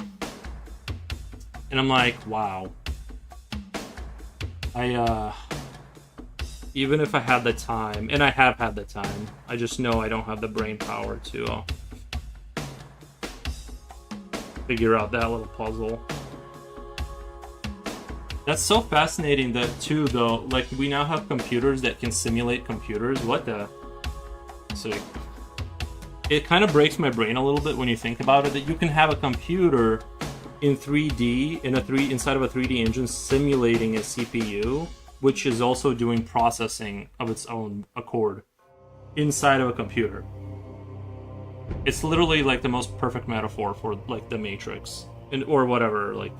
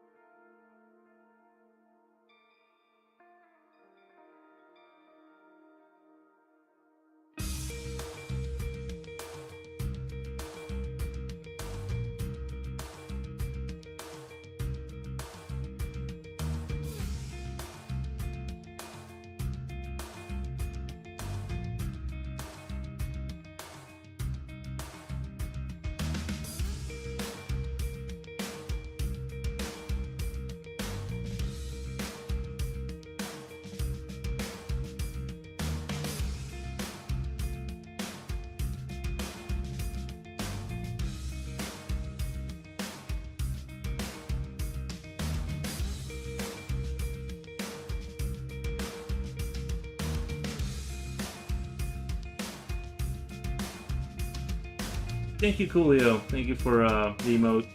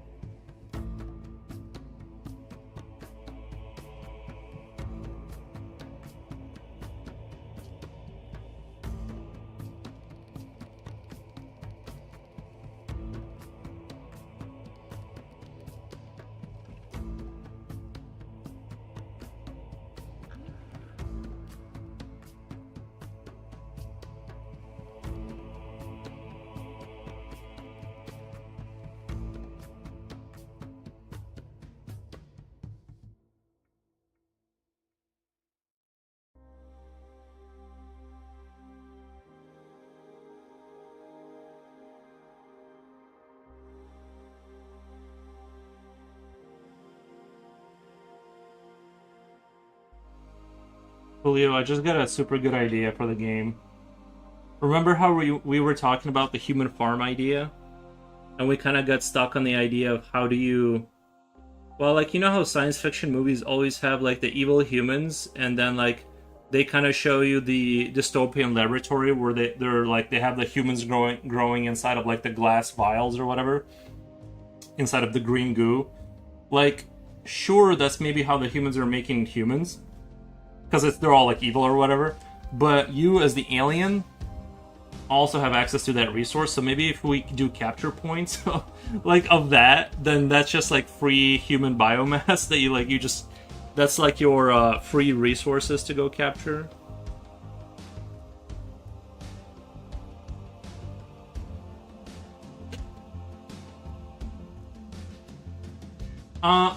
I'm slowly working on a little game. Yeah, I'm slowly. I know that the things I often speak about are like way outside of like the territory of what's like achievable for a while, but it is basically like, if you think back to the movie Critters or Gremlins or something, you are the creatures and the humans are the sort of the enemy. Like, think of like Weyland Yutani from Alien, and they are sort of the bad humans, and you are the experiment that goes wrong and escapes and starts to just nest inside of the facility. I'm so excited. Yeah, it'll be a few years. Like, it's gonna be a few years before I get it. Anything that's... I don't even have the main gameplay loop isn't there yet. I'm just setting things up to where down the road we might be able to... But so far, things are going very well. So far, I'm very excited because there's been a few technical things where I thought I wasn't going to be able to break through, but I'm fairly certain that I am going to break through the rest of the issues, because I feel like the movement and stuff like that was the scariest thing, and Godot already has like enough of like the infrastructure built into their Godot engine. Like, the movement is already basically like they have a pre-built model for you and stuff like that. So that's kind of like that's been kind of taken care of in a certain sense. Like, I could write a movement system from scratch, which that would take years of, like, you know what I mean? Like, who knows how difficult that actually is to, like, but since they got that kind of covered, that already was like a big, like, whew. If you ever need a test volunteer as a tribute, yeah, I probably will, and I'm buying your gate ASAP. I'm so excited. Thank you. Yeah, it's probably a very good idea to hand the game off to, like, people who do not play RTSs or just don't, or do, but like because like things might make sense to me, but then a normal person sits down and they're like horrifically confused about stuff. So it's always good to do like testing like that. some. I'm sure I'll do some sort of testing on some people just to make sure that, because like when I was playing Dustfront, for instance, I've played so many RTSs that I knew that I didn't need to do the tutorial. I'm like, I'll figure out the structure here, because most of it is like command and conquer, right? Like I wasn't like I need to read any of this. Like I already knew I was gonna figure it out, and so I want it to be intuitive enough to where, like in Mario, there's a level where you have to jump through an area and like there's a block, and it teaches you that if you jump under it, it destroys the brick wall. And they did that test. They taught you that without. I was listening to a podcast last night about game design, and so I would like things to be intuitive enough where there's no text helping you. You just kind of like the game iteratively explains things through concepts. Because I hate reading blocks of text like anybody else. Like if I see a block of text, I'm turning the game off, right? So the idea, and it is an RTS. So that already is going to exclude a lot of people's interest, like moving little units around. I understand that does not appeal to that many people. So, but yeah, at least I can make it approachable, hopefully.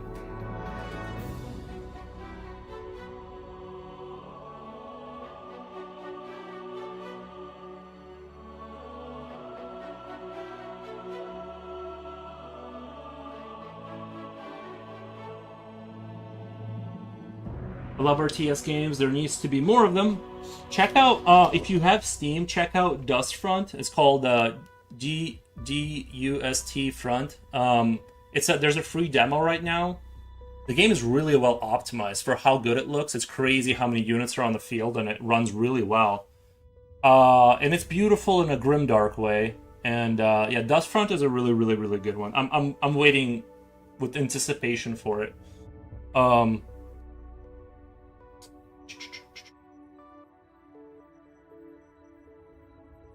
So true. Yeah, I think they die out. I think like understandably, I think most people like are attracted to a first-person narrative-driven story. Like that's most people. I understand like why the more metaphorical the game gets and confusing, like the population that's interested just drops off significantly.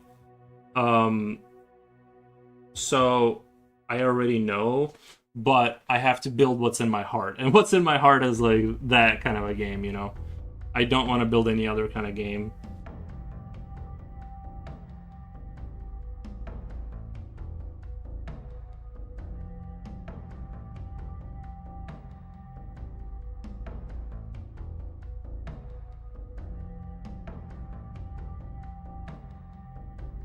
Downloading please do. If you've played any amount of them, and that is a good one. Like you're about to download a really good one.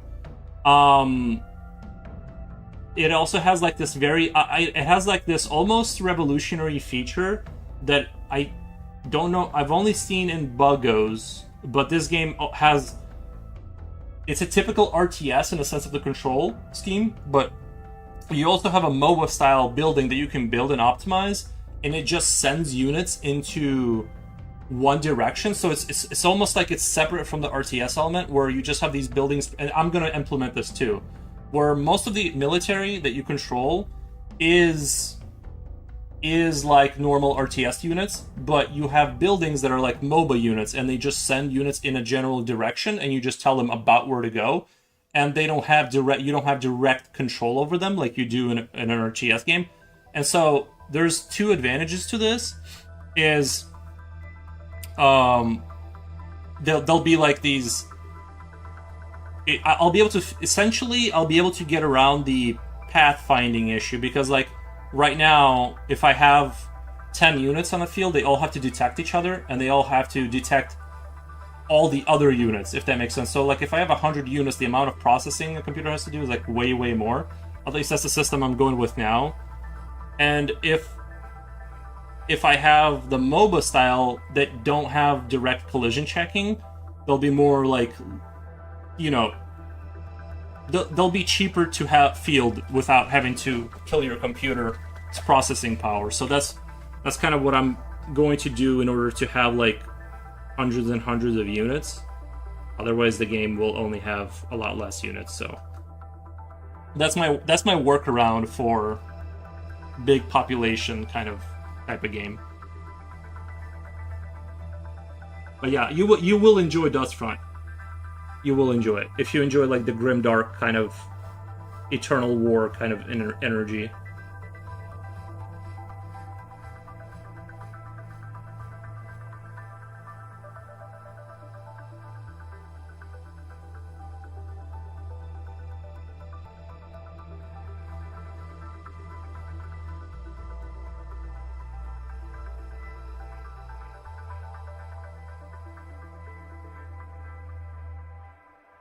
I've been trying to push that game on everyone I've been coming across. I've been trying to push that game on them because I want to spread the word because it's such a good example. By the way, it was a solo developer that made it. So that's also another thing is that when you look at it, it's the fact that a single guy made it is also like quite shocking.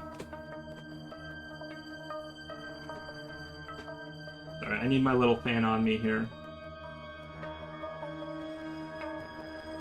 I need my little fan on me. Yeah, the fact that a single guy made it is mind blowing. Not only did he make it, but you look at it in contrast with what everything else that's coming out, and I'm like, oh my god, like how did he understand exactly what my soul was yearning for? I have played RTS games before. We shall see how it goes. I'm not worried about my computer, but with a dwindling population of computer buyers, it makes sense that they care about hardware difficulties. Yeah, single person creators of the game are so cool. Yeah, it's quite the challenge. I mean, it is nice to be able to make exactly what you want without any compromise, but I'm sure it is psychologically difficult to work on a project for like 5 years straight.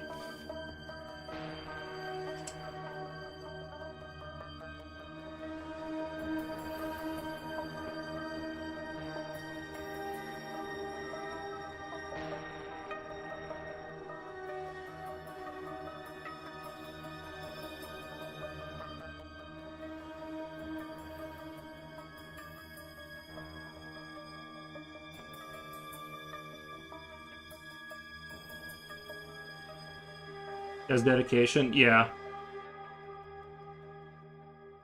I mean, I've been listening to a lot of like interviews with those like solo dev kind of people, and they all kind of say the same story that no matter what, all of them have that moment where they kind of go, should I just throw this in a garbage, like, and just go get a job because it gets scary. You know what I mean? Like you're good because when you're alone, just sitting there working on that thing for years, you no matter how good you are, you're gonna have those thoughts like creeping in. So yeah, but same thing with Hail to the Rainbow. That was a 5-year project. I'm like, dude, that's a long way to go, and just trust internally that you're doing the right thing for that long.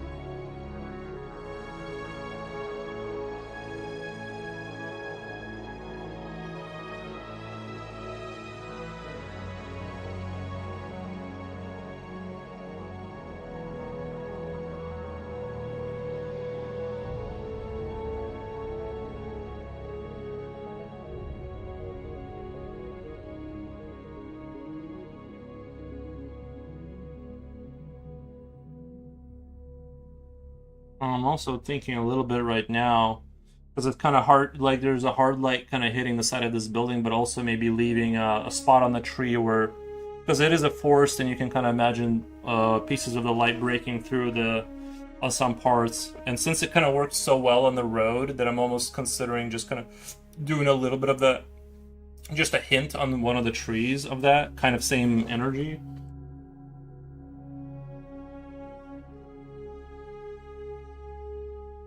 But I wanted to kind of look kind of warmer, so I'm gonna use the more yellowier,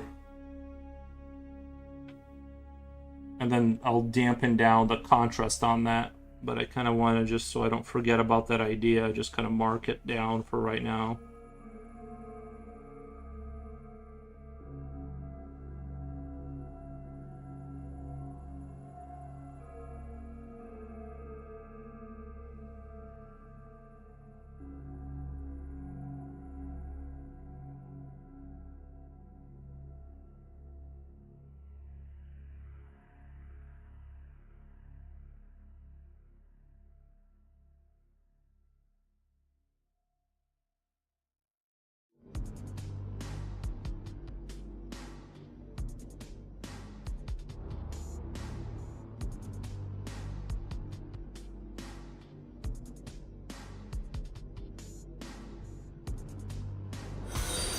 What the? Thank you for the follow.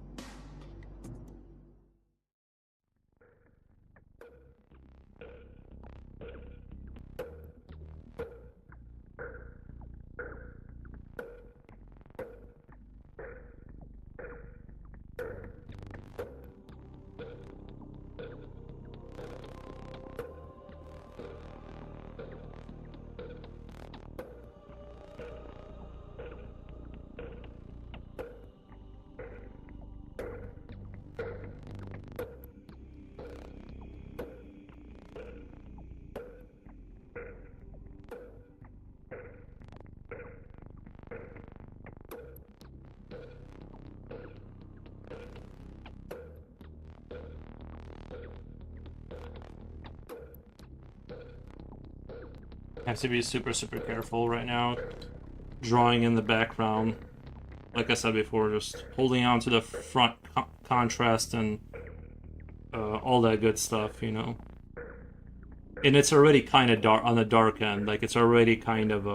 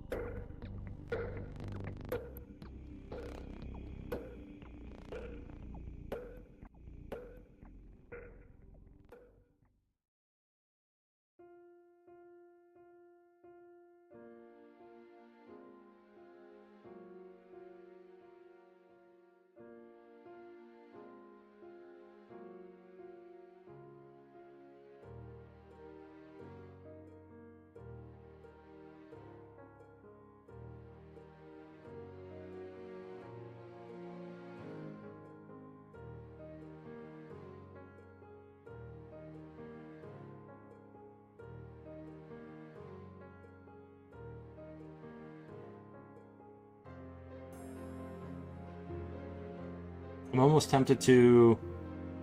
I'm almost tempted to do sort of the trees behind these trees, and that, but instead of doing the pencil, like actually go with white, and then hit it with charcoal to kind of make it a bluish hue, if that makes sense. But that will be very. That will be. I gotta build up to it.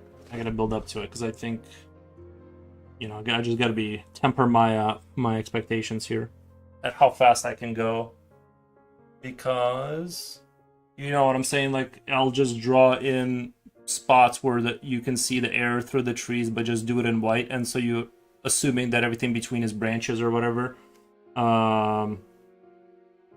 like something like that. That's my general thought pattern right now for that.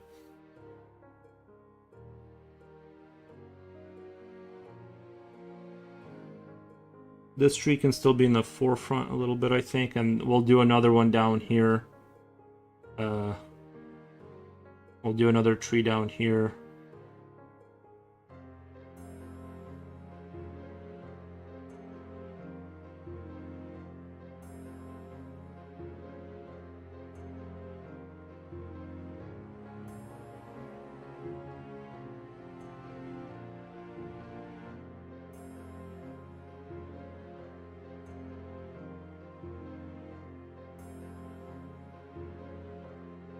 Okay.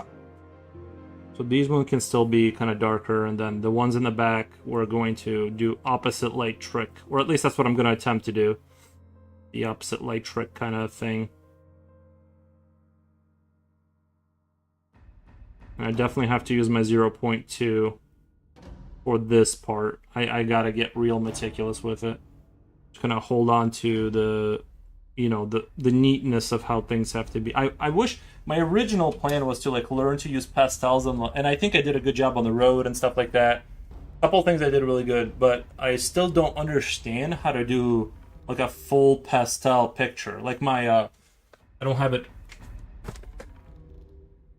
I don't have any of this stuff near me, but basically I was doing these like little mutants or metallics and like separate from my regular rendering, but it was just small units, and they worked out really well. But I don't know how to like do a full thing without it being super not good. Like, so that's the mission. Is I'm gonna stick to doing pastel stuff, but I'm going to slowly try and understand how to expand more, because I like that concept arty kind of look that it gives you, and it's like a looser, faster style. It looks totally, when it's done right, it looks super awesome. I just don't know how to do it beyond drawing a little figure. It tends to like fall apart for me. That's why I'm kind of at this stage. I'm just kind of going back to like my timid kind of rendering style, because I know at least that's going to work on some level.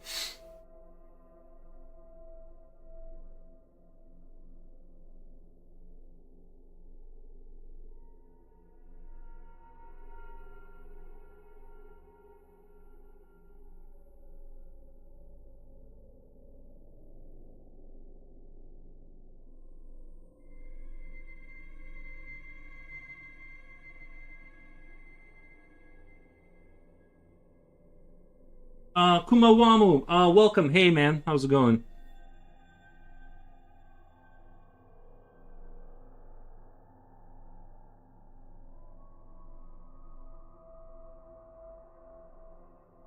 Welcome.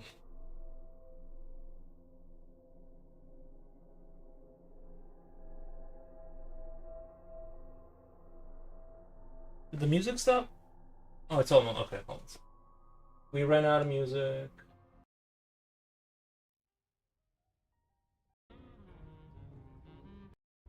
Without a dream in my heart, without a love of my own,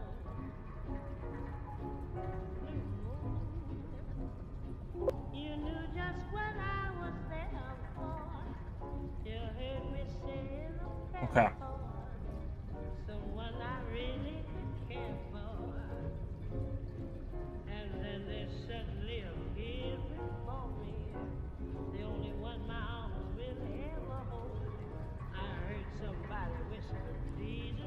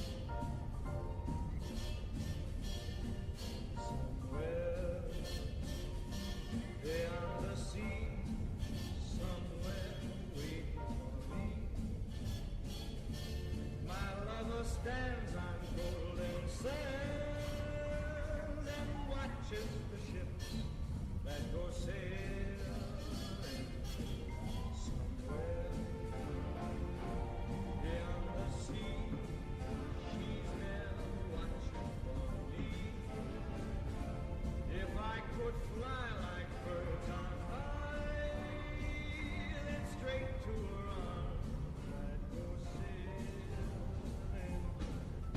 It's far beyond the star, it's near beyond the moon. I know beyond a doubt my heart will lead me there soon. Beyond the shore we'll kiss just as before. Happy we'll be beyond the sea, and never again I'll go sailing.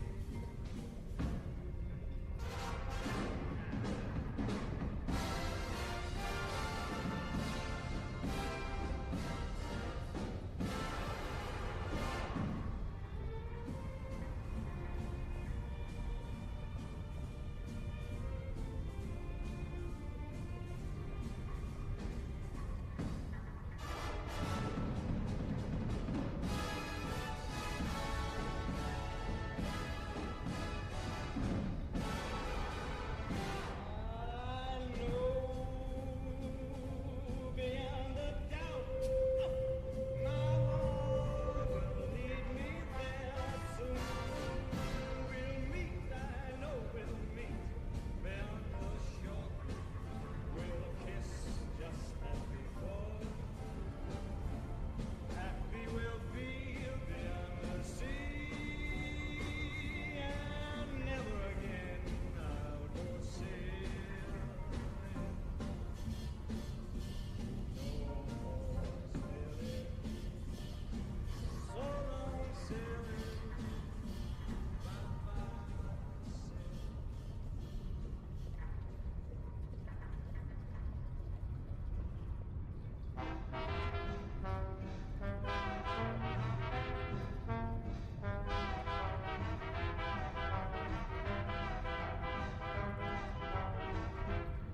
Of all the boys I've known, and I've known some, until I first met you I was lonesome. And when you came in sight, dear, my heart grew light, and this old world seemed new to me. You're really swell, I have to admit you deserve expressions that really fit you. And so I've racked my brain hoping to explain all the things that you do to me. By me, if it's a shame, please let me explain. By me, if it's a shame, means you're great. By me, if it's a shame, again I'll explain. It means you're the fairest in the land. I could say Bella, Bella,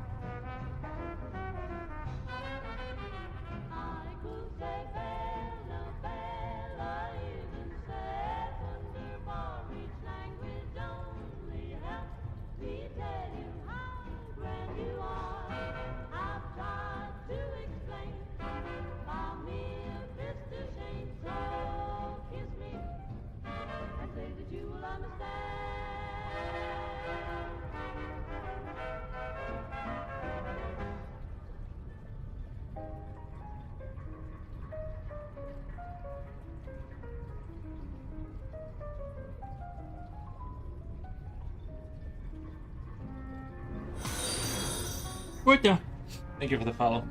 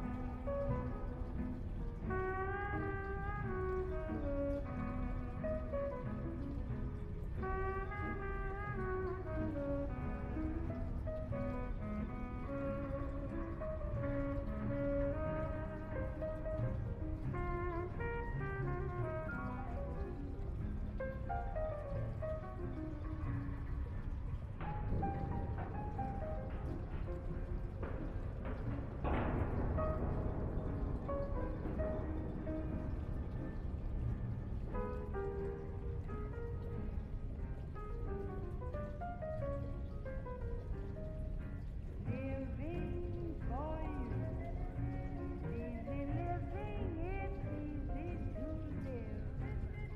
When you're in love, and I'm so in love, there's nothing in life but you. I never regret. Okay, I kind of have a loose grasp on how I want the background, how dark I want it to be. I still think I need to like work on cleaning it up a little bit. I think it's a little too kind of all over the place. And this is kind of a dangerous moment here, is getting overzealous and trying to push through the picture. I think I need to be very careful because, like, especially with a troll kind of thing, how am I gonna incorporate that? Because she's gonna have to be. I imagine it's a she, but she's gonna have to be kind of in the same. I guess that she's gonna be the same as that tree, but maybe like a little bit lighter because of the skin tone. But just that's gonna be kind of a hard one, kind of. I mean, anything is possible if you spend enough hours, right? But I feel like I'm still in a really good zone with this picture, and I'm kind of I don't want to drop the ball.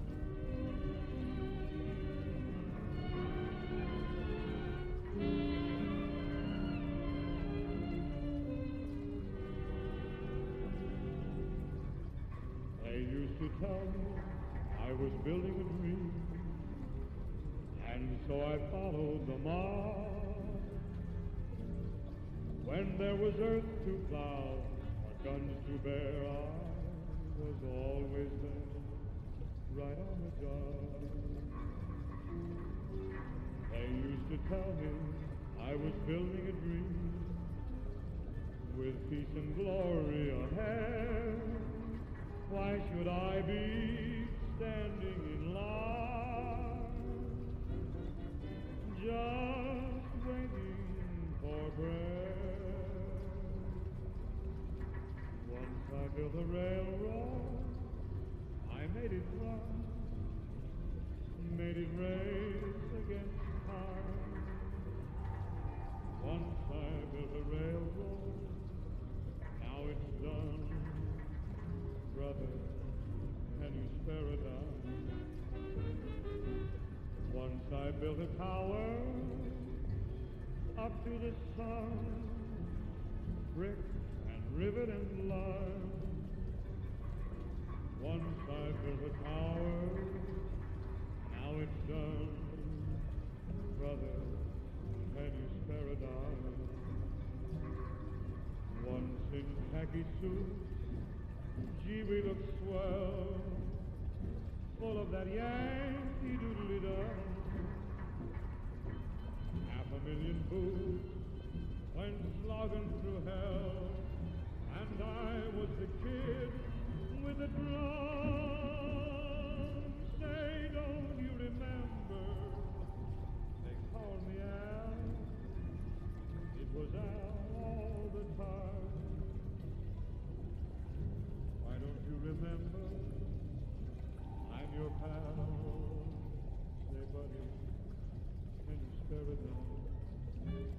can't wait for my little weed whacker I ordered to show up. That's my big buy of the year. Bought a $50 weed whacker just because the grass just seems to be unrelenting, and the heat and the moisture this year are... It has to have been the worst year of all time regarding, you know, with regards to that, just because of how it's just moist in the air, and the grass, especially along the fence, seems to be almost like it's moving at such speeds that, like, even if I cut everything down, it's like back like 2 or 3 days later, there's already like these 2 feet, like 2-3 feet, like it's already like halfway up the fence almost, and I'm just like, if I just keep using shears or whatever, like, I'm gonna be out here every day for 3 hours a day. It's like it's become a jungle. Like, it's crazy. The heat and humidity been the same in the UK, but I believe it. I've been hearing reports from Europe that it's not. It's been quite awful. I hate to do the boomer take, but it's the humidity that gets you. It really is. It's like the fact that if I take a shower, I feel great for like 4 or 5 hours, and then the slime just kind of covers your body back up, and it's like it keeps the heat in. You feel uncomfortable. All your clothes is like sticking to you. It's like you almost have to shower like every 6 hours to feel like normal. And the air conditioning, it helps, but it's almost like, because of the moisture in the air, by the time the cold air hits your skin, it's like the little icicles in the air are hitting you and stabbing you. That's what it feels like. You're being stabbed by the cold air. I've given up on the garden. I'm halfway there. Yeah, I have 2 little parcels that I'm trying to get going. I just let it go and tell myself I have an intentional wild garden. Yeah. Yeah, I totally get it. The grass in my backyard is already... It's only been 3 days. It's only been like 3 days. It's already going to be a nightmare mode when I go out there tomorrow. It's already like tall enough to where I can tell that grass is going to get clogged. It's a boon for you, a break for you, to hear that my heart's on the make for you. Yet no matter however appealing, I still have a feeling it's bad for me.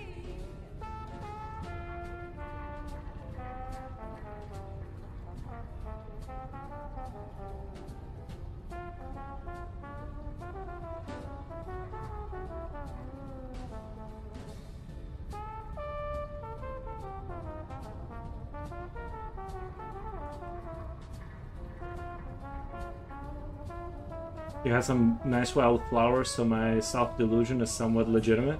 Yeah, sometimes there are some interesting things. Unfortunately, the only thing that grows in my backyard is like those vines that take over everything. And weeds. They're very prevalent. I was almost thinking as a strategy just not to mow some parts of my yard, to grow a pseudo wall. And the pseudo wall will protect the sunbeams from getting to the and the pseudo wall, the idea was that the pseudo walls would like of weeds, because they're so tall, like they would protect the metal casing for the air conditioner unit from getting just obliterated by the sun. And then, like, no one can see it, it's behind a fence wall, but I don't know. I feel like it's un-American to not mow your lawn properly.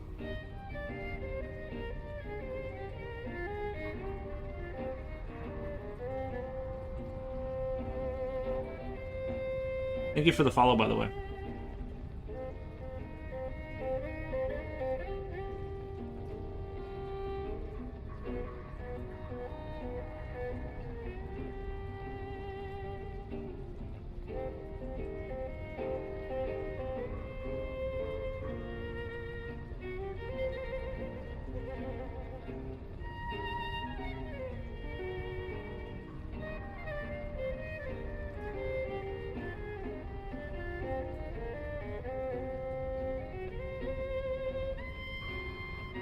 I even started parking my car in my garage just because I didn't feel like fixing the air conditioning. It lost pressure in the system, and I just told them don't worry about it.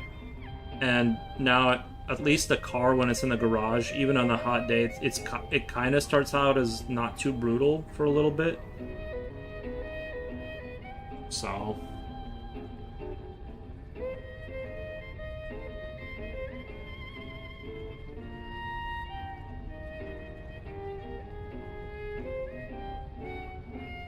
future oil, what you're talking about, Willis?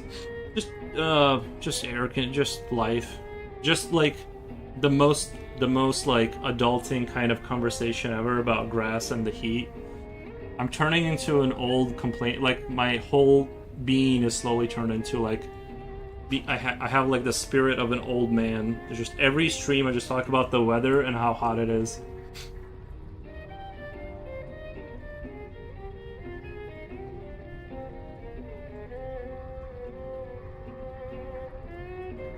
Can you believe these prices? Pull up a chair.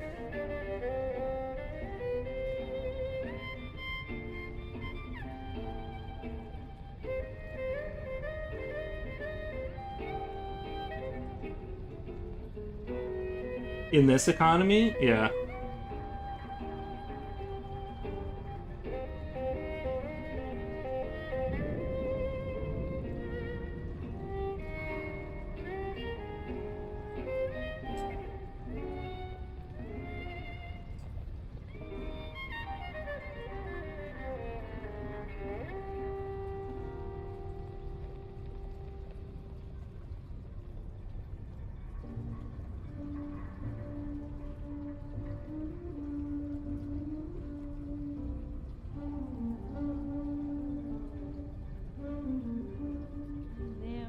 Okay, I fell for a little bit of a trap there and started making the troll person a little bit darker. Which was, I think, my plan for right now is I want it to be eerily like light skin, kind of, you know what I mean? Like, and so I'm gonna hit it with the white and like kind of distort it and just whatever, brush it up to kind of bring back that kind of like a bluish white, almost like that, you know. And so, but it's already like, I just noticed how quickly I started making that too dark relative to what I was going for. It's really easy to get to kind of lose that sense of like, and just start digging into the contrast, which is not what we want to keep the balance of the universe. But God bless the child that's got his own. That's got his own.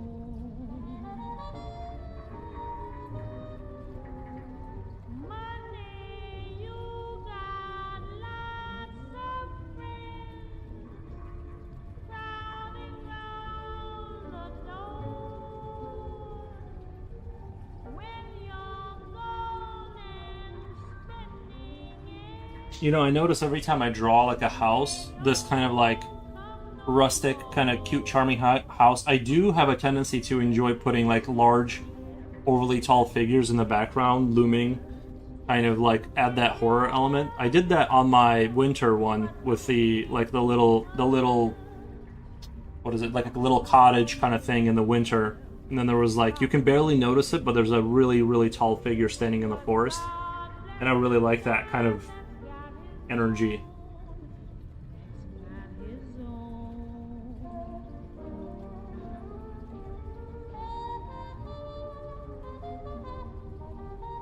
I think that would be a good like snapshot for a movie or something. I would watch a movie like that. People go for a winter break or whatever. You go to whatever, chop some wood, but then you just see these really tall figures standing there. But you can't quite tell if it's the trees because they won't move.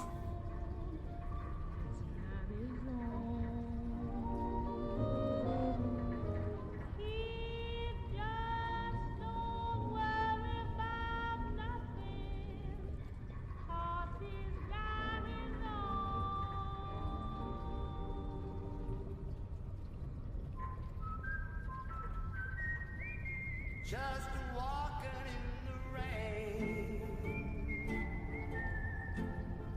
soaking wet, torture in my heart. I try to forget, just walking in the rain, so alone and blue, all because my heart still remembers you. People come to window, they always stare at me, shake their heads in sorrow, saying who can that fool be? Hey, Troil, this is music from your childhood, right? This is like from the 40s. I'm just kidding. You're not that old. Knowing things could change, You're from this era, right? somehow I Back when they had the propeller planes and the nice man talking over the radio.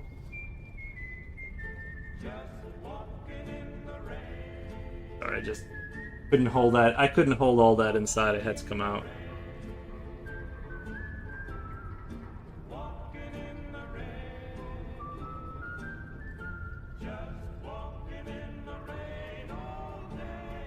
people come to their window, they always stare at me, they're shaking their heads in sorrow, saying who can that fool be? Just walking in the rain, thinking how we've met, knowing things have changed. Somehow I can't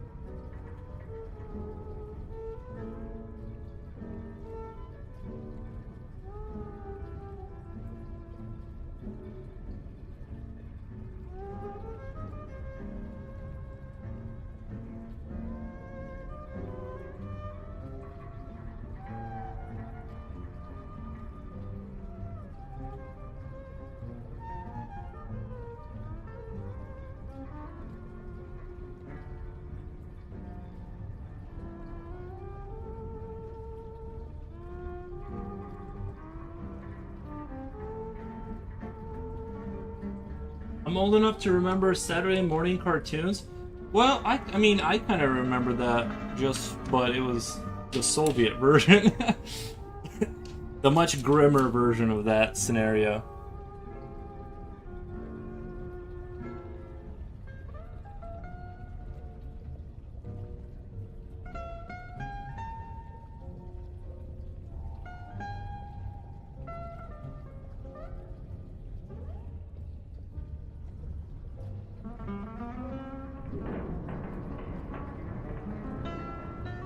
Are you old enough to, did you guys get the milk delivered to your door by the milkman? Or was that before your time?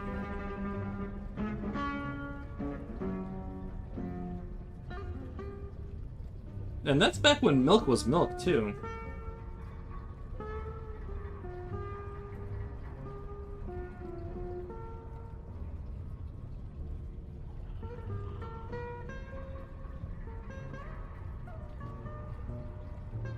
I had milk delivery and the set on the Saturday. Oh, Saturday cartoons. That's awesome. Yeah.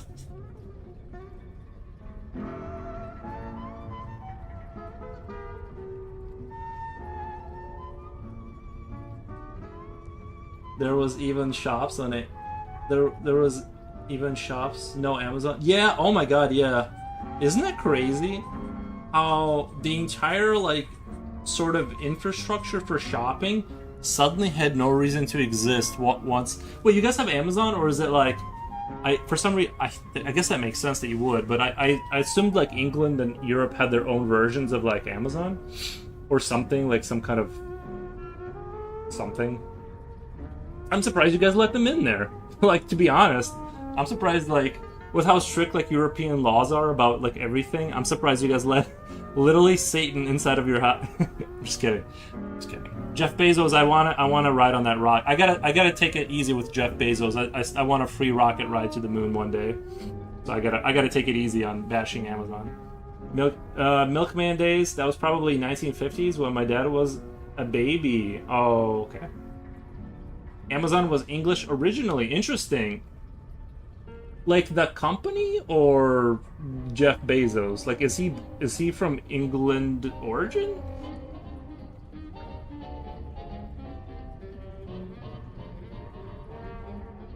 That's interesting.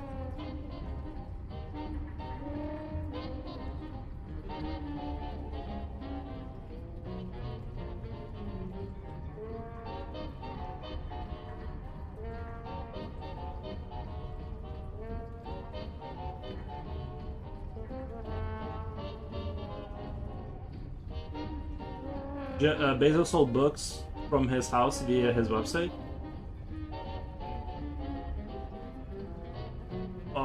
But do you, when you say that, do you like from his house in England or American or America? Are you saying he's I didn't know he was from England. Does he have an accent?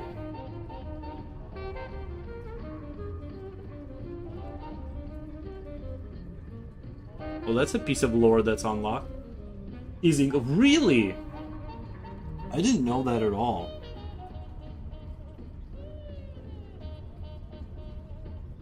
Guess you learn something new every day. Wow.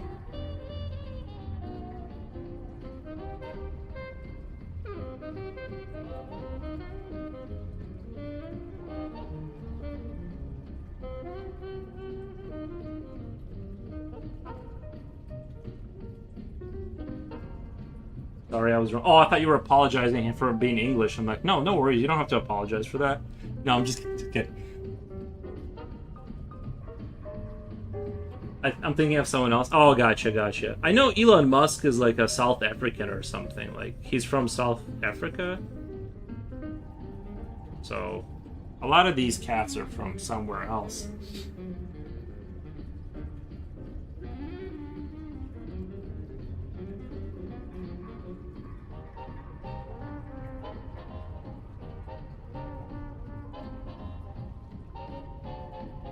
I'm trying to think of who you were thinking, like who's English that came to America and became mega successful.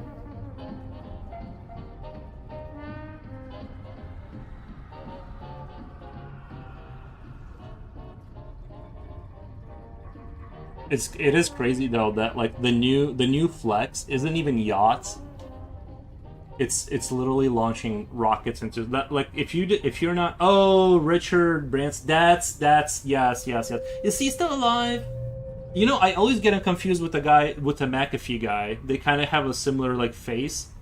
The McAfee guy, he like did the antivirus, and then he died under some mysterious whatever. That's the thing too. Sometimes it's good to be a nobody. A lot of these guys like. They do like they buy their island, they live there, and then like they just I don't know, some days I'm like, it's kind of good to be a nobody.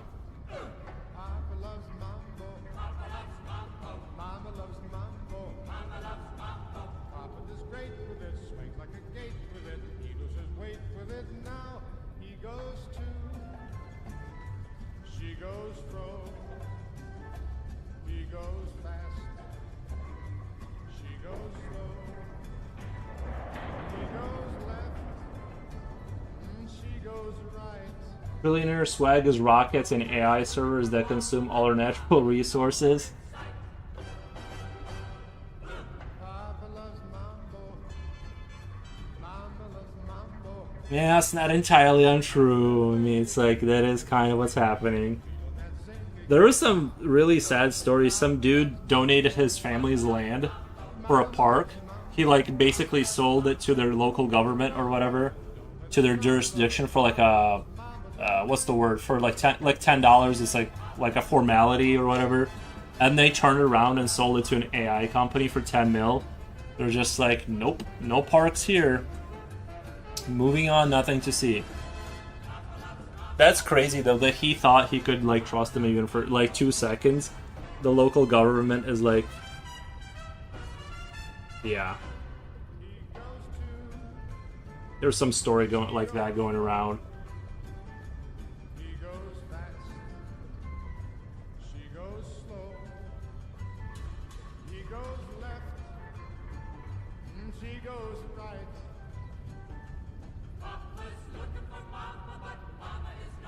The lesson is if you have generational wealth, keep that to yourself. Don't talk about it, don't give it away. Just hold on to that.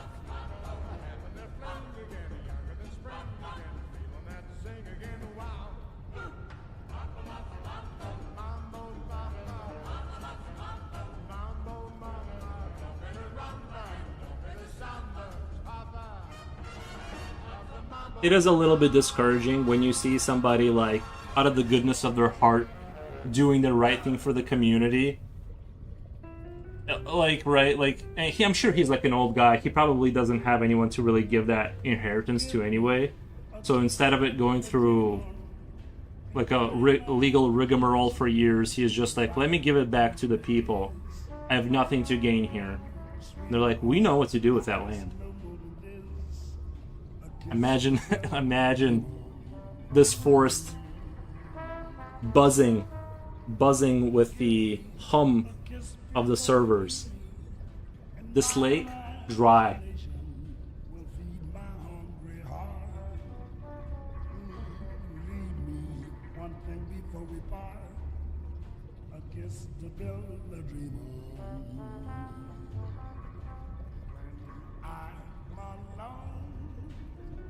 With my fancy, I be with you, even romances make you believe they're true. Oh, give me your lips for just a moment, and my imagination will make that moment live. Give me what you alone can give. A kiss to build a dream.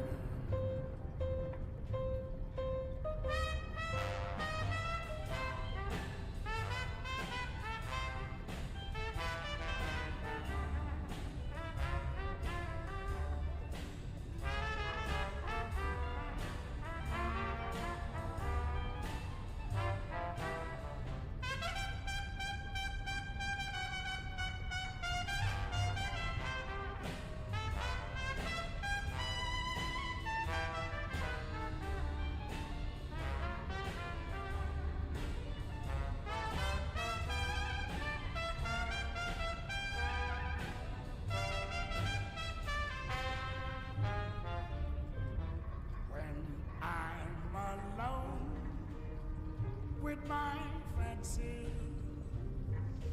I'll be with you.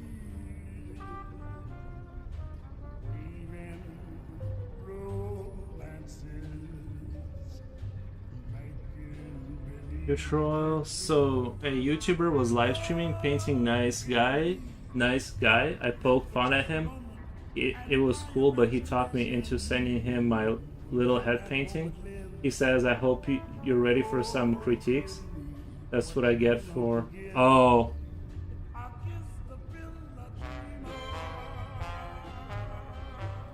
If I go on someone's stream and I do say anything, I just say great work, and then I say working and lurking. And I stop.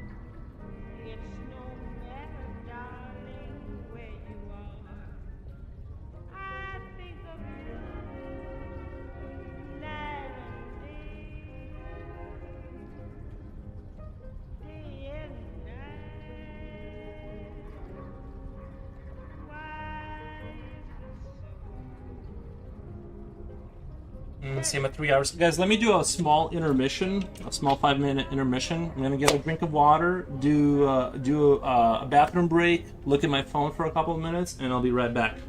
I'm gonna keep everything running, but I'm doing a small intermission. Thank you for staying tuned.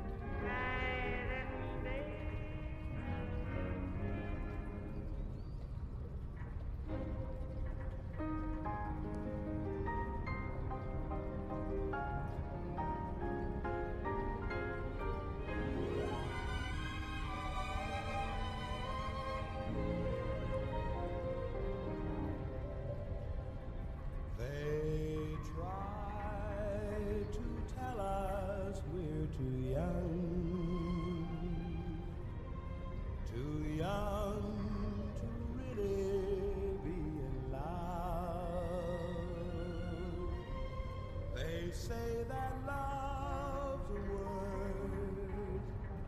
word we've only heard, but can't begin to know the meaning of.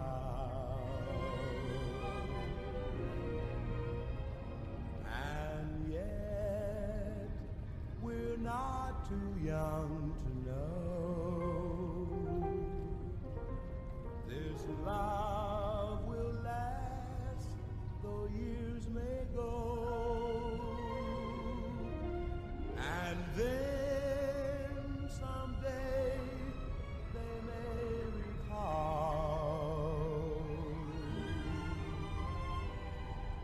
we were not too young at all.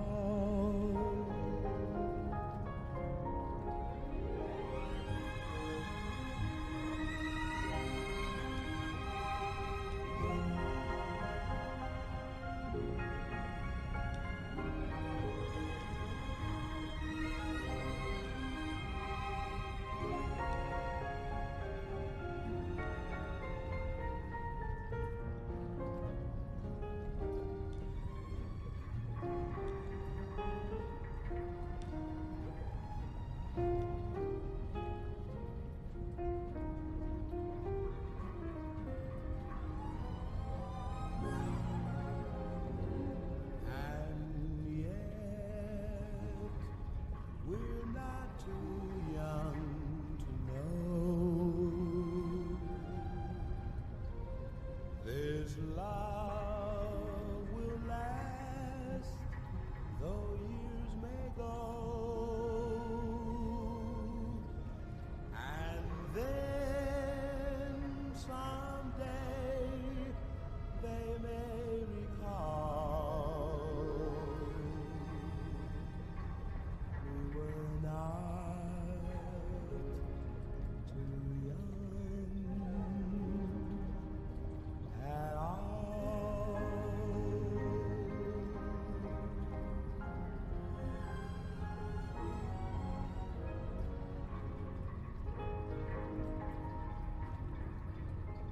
Your boy's back. Your boy's back.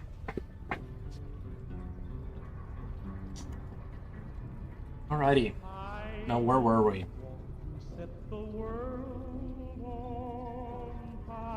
You know what I should do before a stream? Because sometimes I run out of things to say. I should just have news stories, like ready to go. Brando Calrissian, happy Saturday. Hope your day is going well. Thank you so much for stopping by and wishing me that. It is going really good. We are at 28 Celsius, by the way. But it feels a lot hotter today. I don't know why. Today feels like usually until it gets to 32, I don't even feel like discomfort. But today I feel somewhat uncomfortable. Not trying to complain up a storm, but it feels like an oppressive 28. It doesn't feel like a regular 28. The air feels stuffier. And with your admission that you feel the same, I'll have reached the goal line dreaming of. Believe me, I don't want to set the world on fire. I just want to start a flame in your heart.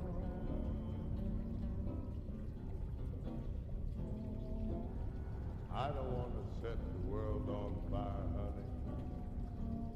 I love you too much. I just want to start a great big flame down in your heart. You see, way down inside of me, darling, I have only one desire. And that one desire is you. And I know nobody else ain't gonna. I think going to a lighter lead. I think this is an HB. It's gonna be easier to work with this on shading in very lightly.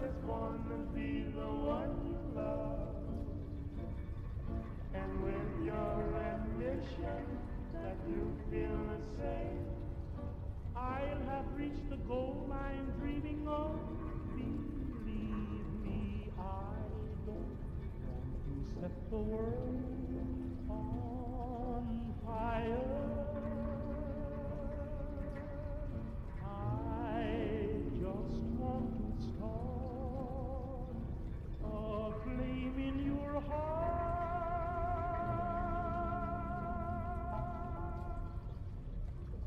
You took a quick shower? Oh man, in this economy? I would have waited for the rain to come. Honestly. I mean, I know you made money. I didn't know you made that kind of money. I couldn't bring you guys into the bathroom with me? What the? No, I'm good off of that. I didn't know you had it like that. I waited for the rains to come.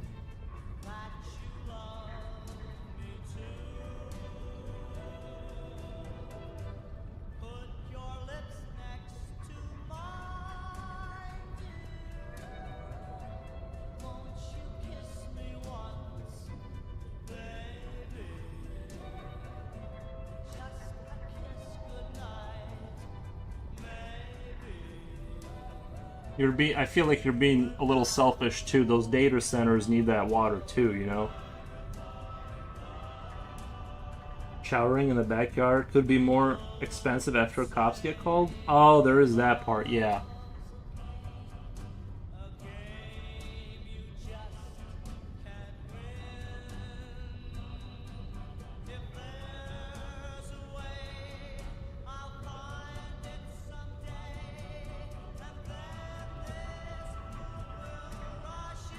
Oh my god, you know what I just thought of too?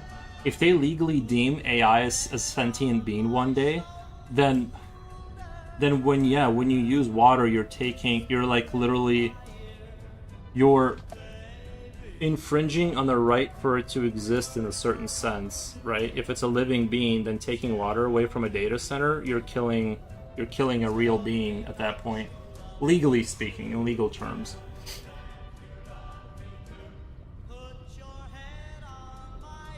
It's kind of like when they said that corporations are people by United States law. I can see something similar here one day. I know I'm painting a really bright future, but those thirsty data centers have feelings too. Yeah, man.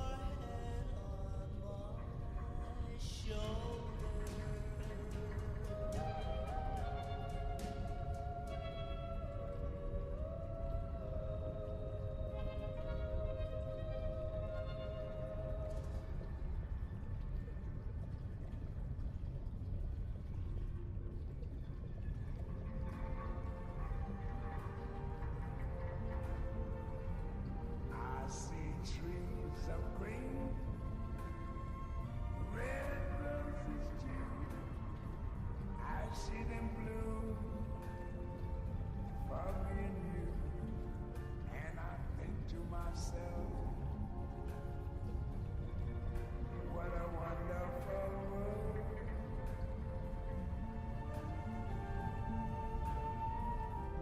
I see skies of blue and clouds of white, the bright blessed day, the dark sacred night, and I think to myself,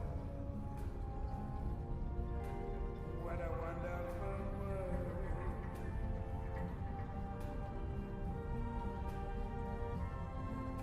The colors of the rainbow I'm almost thinking about giving this creature kind of like loose skin under the neck right here. also on the faces. But I kind of like the scrawny look too. Not really sure. I think I'm gonna go with scrawny and skinny. I just like I felt like it'd be more. I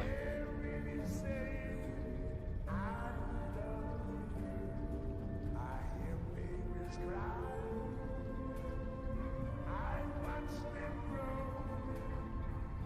They'll learn much more than I ever knew. And I think to myself,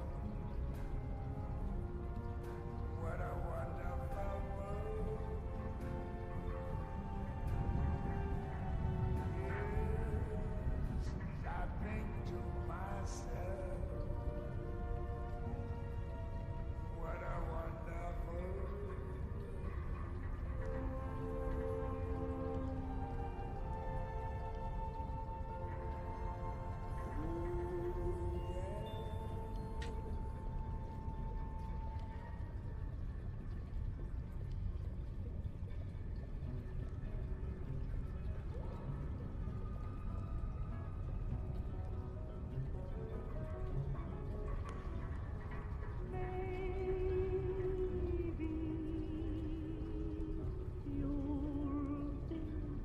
I want the sort of the clumpy, like clumpy style zombie hair. Like most of it is like gone, but I still want the like a little bit of that kind of horse troll hair, clumped up kind of look. will prove untrue, then what will you do? Maybe Did you say Armando? Did you see his name? wishing that I didn't see him comment. Is he here? Unless it deleted his message or something. Really? Oh, there he is. Maybe his thing updated later. It's weird. It's like you said his name before he said his name. Maybe the internet is having some issues. Armando, welcome, brother. How's it going? I hope life is treating you well.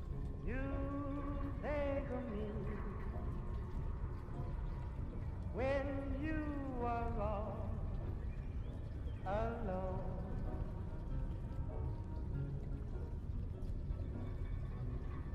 Maybe the one who will for you. We're proven you. Then what will I do? It's scorching hot out today. Hope stream is. Yeah, it's a little bit. Yeah, it says 28, but I can tell it's got to be hotter. It like that number can't be real. Wishing that I were near. Then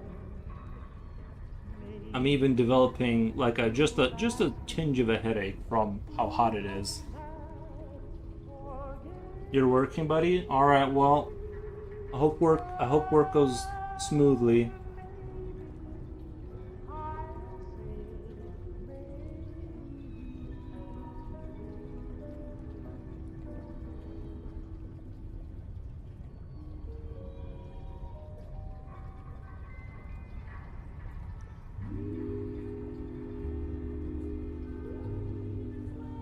Boros recommends you wait for rain to take a free shower. Oh yeah.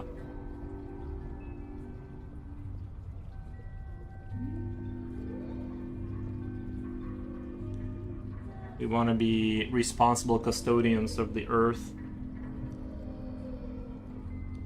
Rain would be, yeah, it would drop a few degrees if that happened, but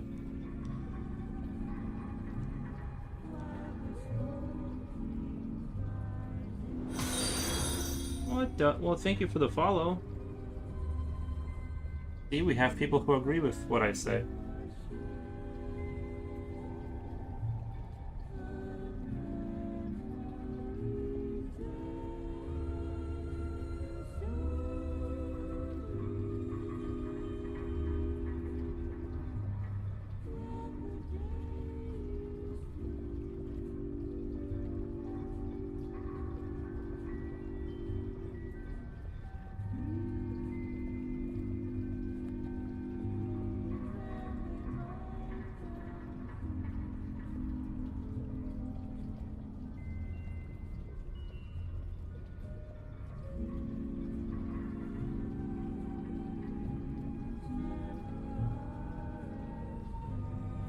These church people will be like Mando is, taking a shower outside wearing Speedos.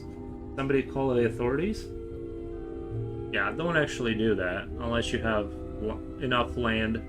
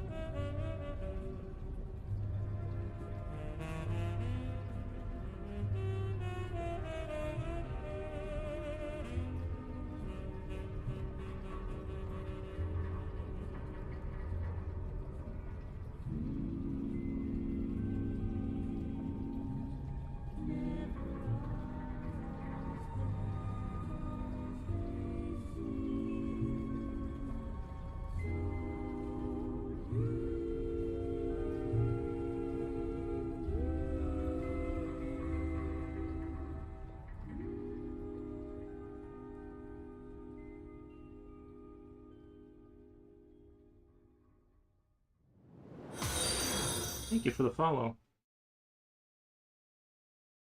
Depends on what year this Speedo is from.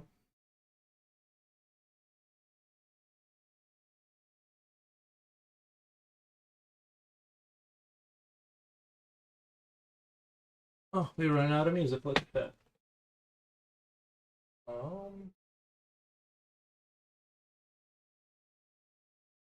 I kind of really liked that last one. It was very like kind of like a smooth rolling music.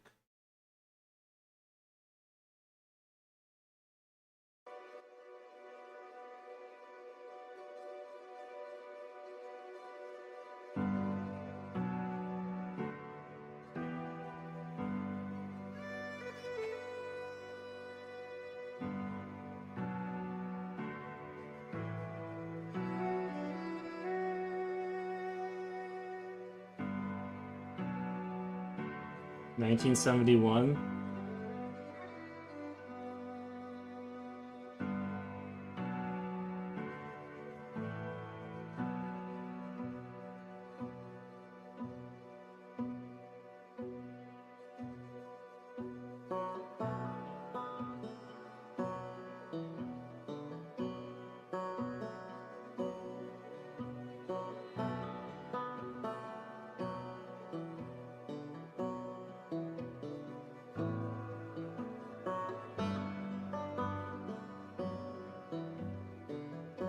Maybe I should do kind of like early American folklore, like the Mothman kind of stuff, in like the Appalachia Mountains. Like, maybe I should focus more on that. At least, maybe I'm saying that because of this music, because it kind of reminds me of that kind of vibe.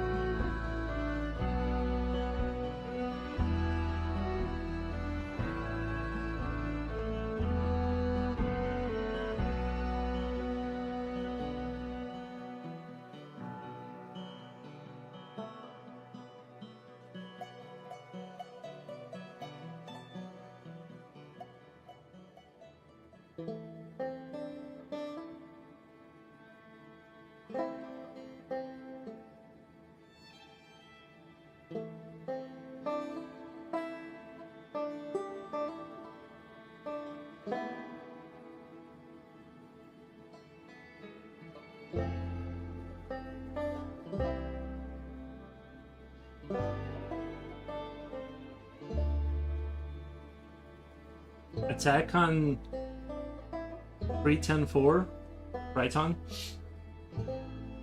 Yeah, I still haven't seen the. I know people rave about that show, Attack on Titan. I still haven't, to be honest. I still haven't caught it. Seems like it has a compelling sort of core concept. I just haven't gotten around to it.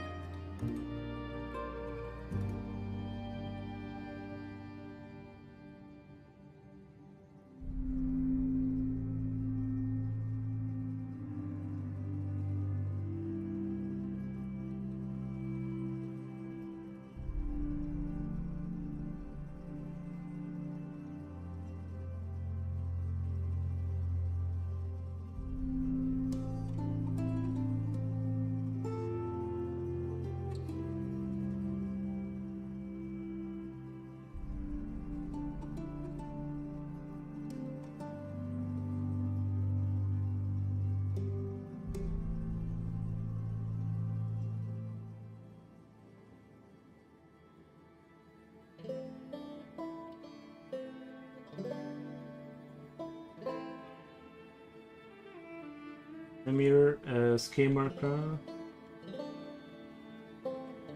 Oh yeah, this does have Attack on Titan kind of energy, but I feel like there was like European folklore has that kind of vibe to it with trollish entities eating people and stuff. So I feel like it fits into that kind of narrative. I think who was it? Was it Grula or Grula or Krula in the Greenland?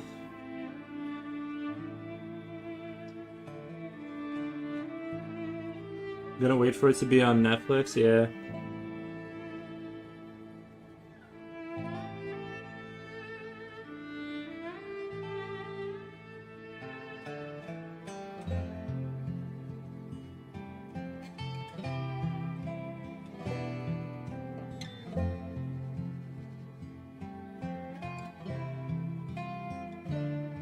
Okay.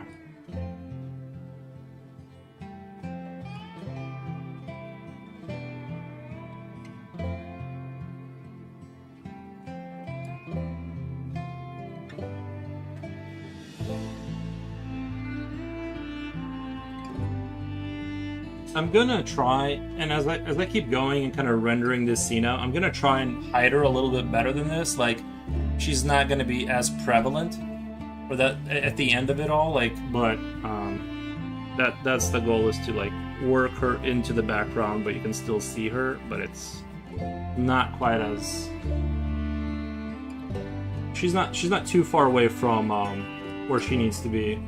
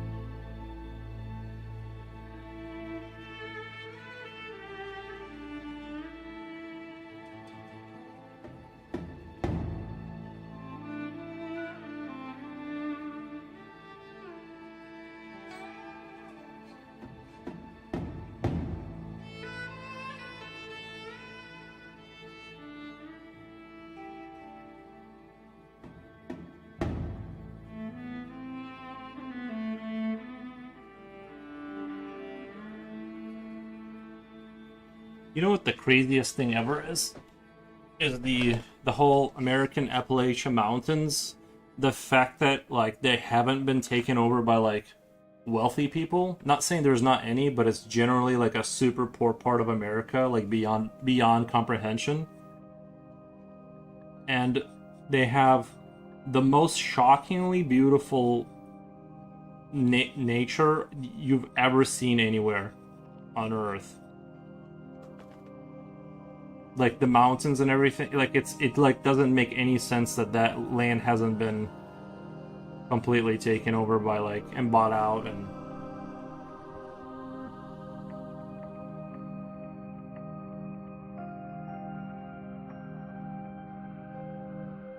you see kind of what I'm doing to kind of create the background trees, just drawing the white in. We're just gonna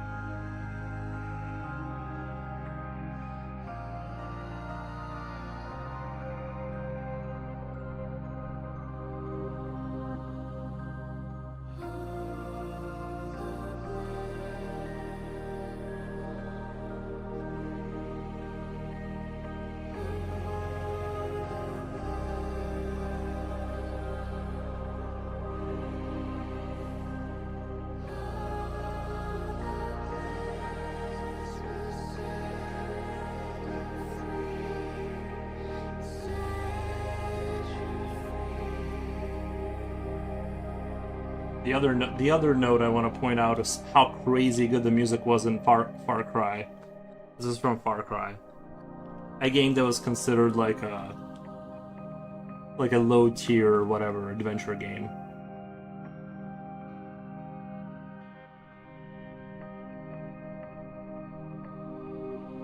Has like the best music ever.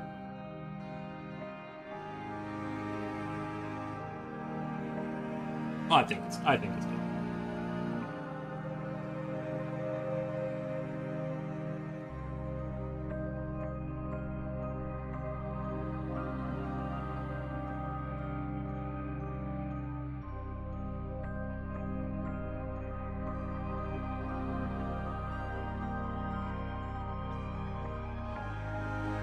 See, as I blend the white with the charcoal, well, the pencil lead, it'll kind of give it a bluish hue.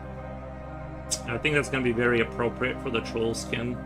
Like it's almost like a ghostly, nightmarish figure, kind of hanging out in the forest looking for stranded people or whatever.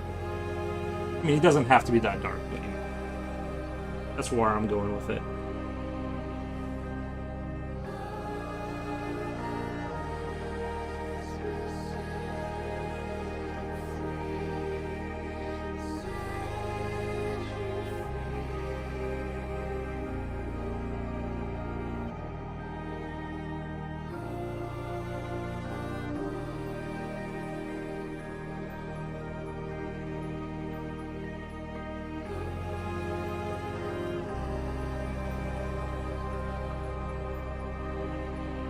I think actually it wouldn't hurt to put fog effects. I'm just not good at fog effects. All of mine always look kind of very cartoony, but it wouldn't be too a bad idea to kind of put in some sense of fog in there. I just know I can't do it competently. That's why I'm not gonna do it.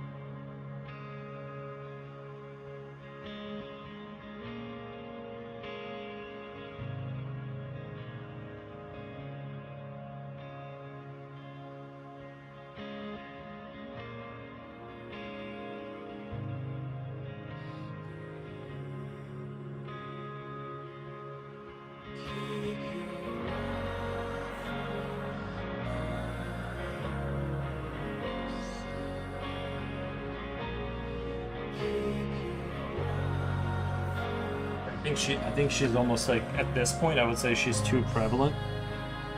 And I need to do something to like kind of work in more something to like kind of make her kind of go into the background. I think she's a little too instantly visible and it kind of kills the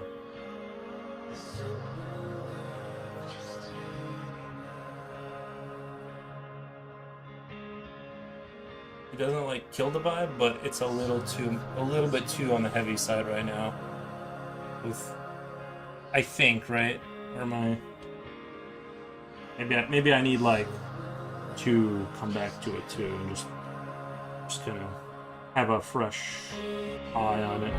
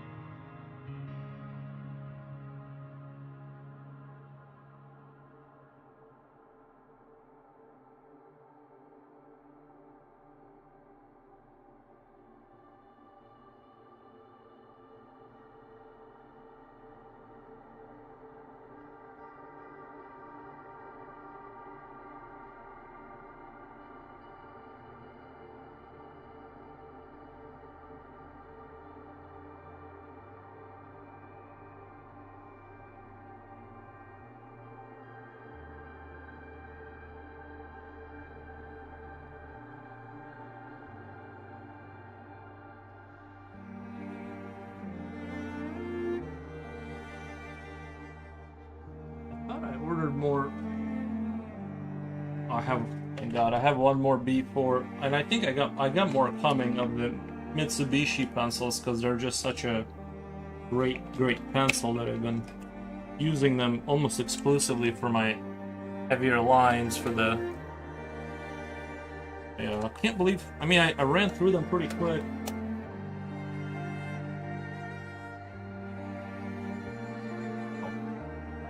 I guess I could use it as a pencil organizer, right? Pretty well made. I almost feel bad throwing this out. It's like a real thing. The Mitsubishi pencil holder, it's like pretty legitly made. I might just use it as a pencil organizer or something. It's a little too good to just throw away.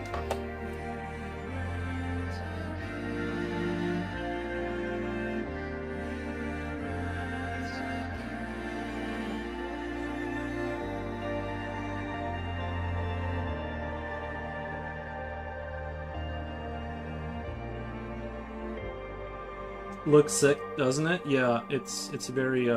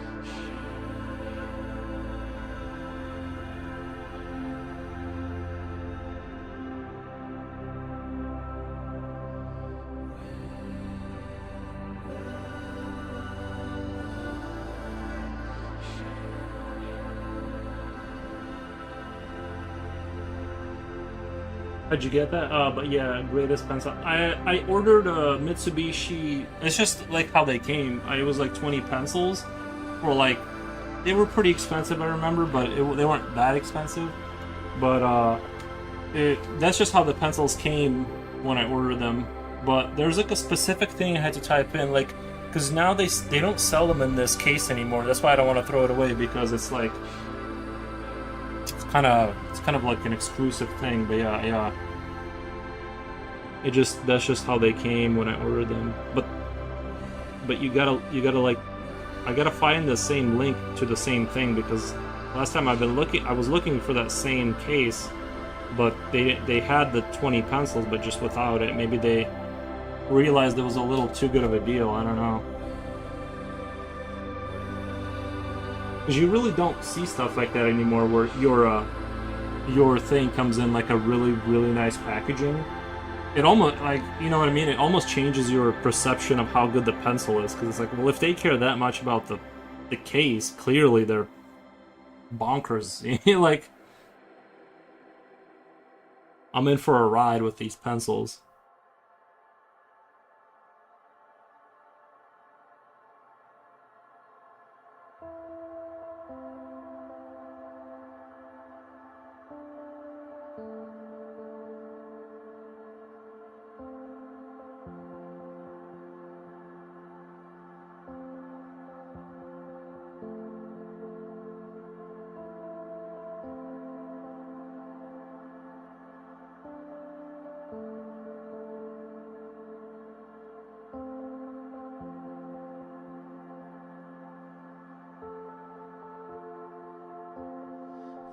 I do like this picture though, because it is kind of telling a story a little bit more.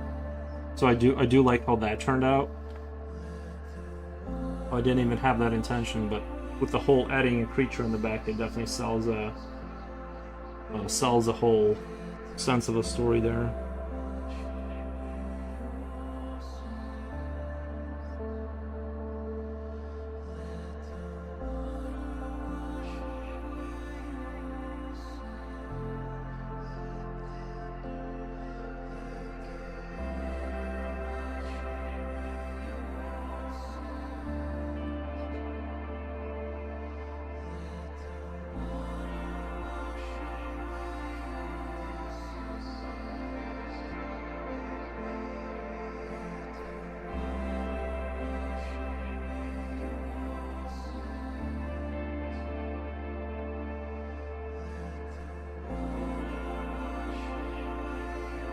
But also I like just the design of this little house. Would have been cool to, like, if this was a game, it'd be cool if it starts out as a house and you like retrofit it to like travel and sell potions as a frog or something.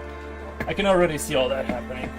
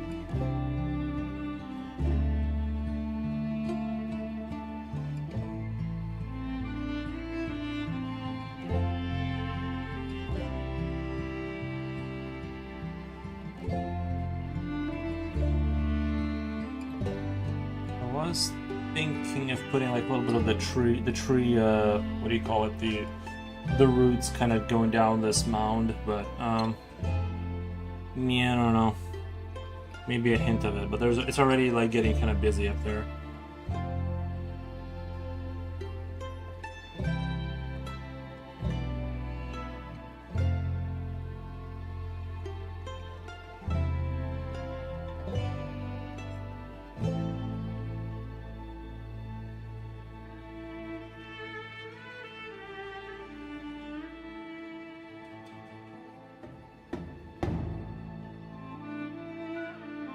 Which is why I'm working so hard to like keep the layers separate visually, at least trying to.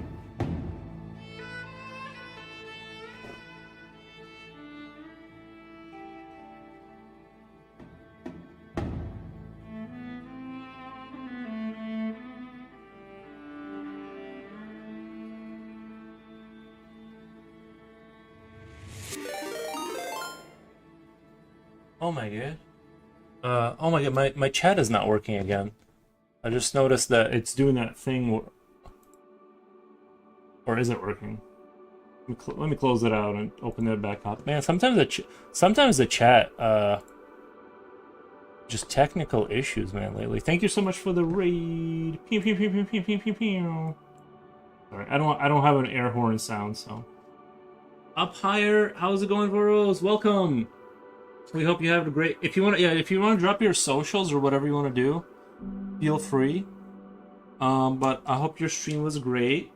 Lots of free. Oh my god, yeah, today is crazy. It must be because it's like Saturday. Is it Saturday right now? It must be like a Saturday thing because it seems like today was. It's like it's kind of crazy with the raids a little bit, like a lot more. What kind of stuff did you guys work? It was fun today.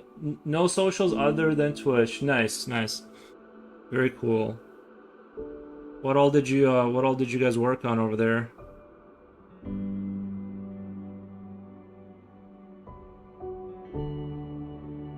Sometimes it's like super dry on the raids, and sometimes it definitely pours when it rains or whatever they say.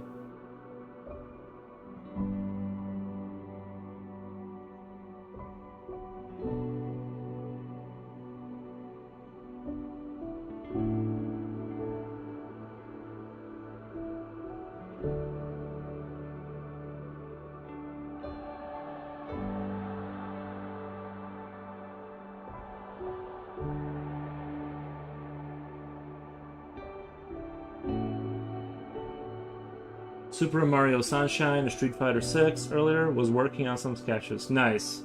Do you do like streams where you'll game and then sketch in the same stream? How do you handle the switch over it's like that to me. That's like too big brain. I can't. I can only do like one thing. If I stream games, I can't because I'd have to do a bunch of stuff on OBS. I feel like. And then it would get confusing for everyone.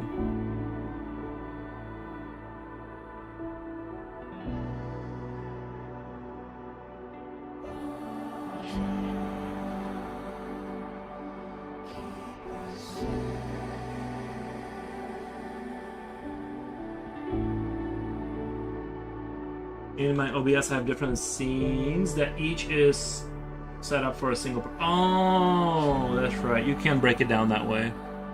You can totally break it down that way. I need to start doing that. Not that I really ever do like a multi-theme streaming. Really, I like to just do like the one thing that day, and then that's what I did. But yeah, that's a good thing to remember for next time.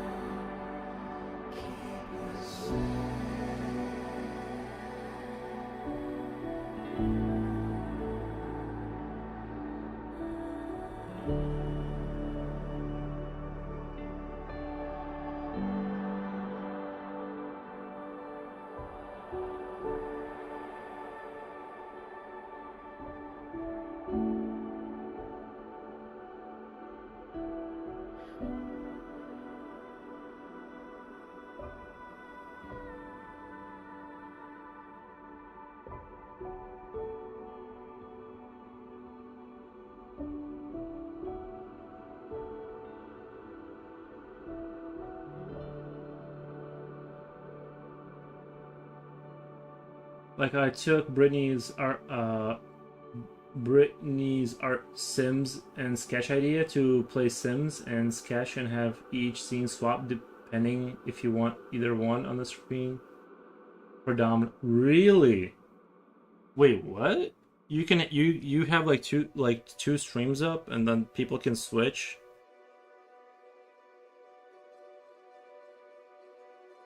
That's definitely too advanced for me. I'm a one note kind of streamer.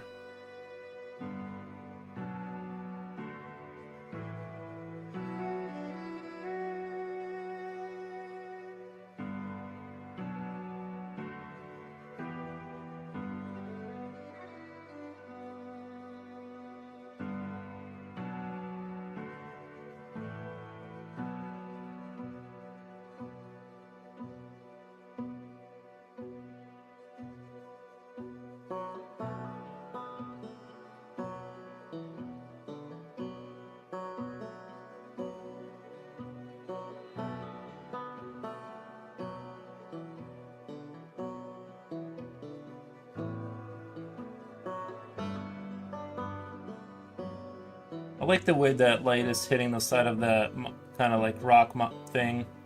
I think that turned out pretty successful. I think I'm still like lacking the grasp on the background, like kind of. I think it's still a little wishy-washy, but I think I'm still heading in the right direction. I just gotta keep it real.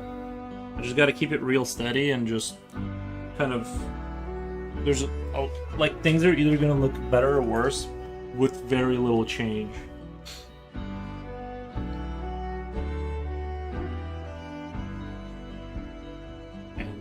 That's just how it looks on the monitor, because I'm kind of going off the monitor to see what things look like with like super high contrast.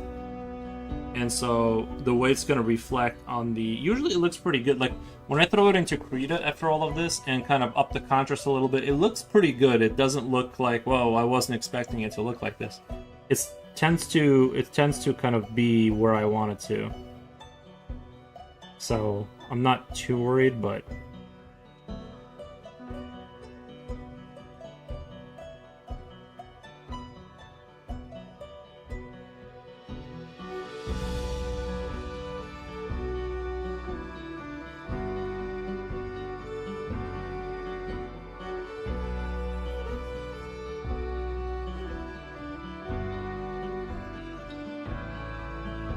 But yeah, I need to look more into... I know OBS has some...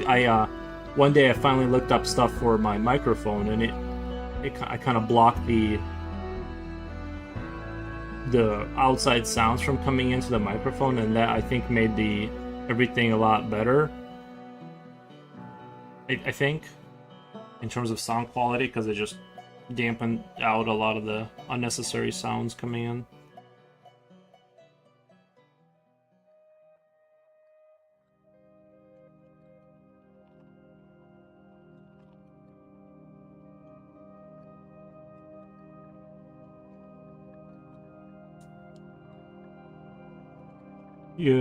Your voice coming through sounds amazing. Thank you. Okay.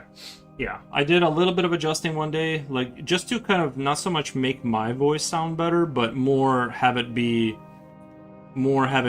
like exclude external sounds, because I'm kind of sitting close to where underneath my whatever the furnace or whatever. So when it would kick on in the winter, it was like it sounded like a fan turned on.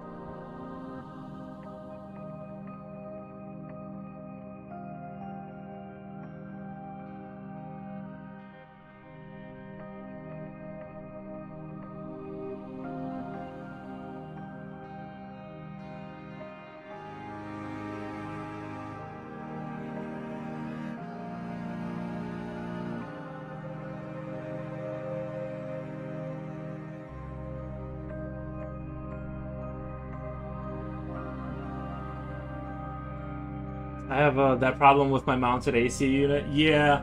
Brittany's artwork, welcome! Welcome. Yeah, the AC unit and stuff like that kicking on, that can be a buzzkill. I just don't use air conditioning.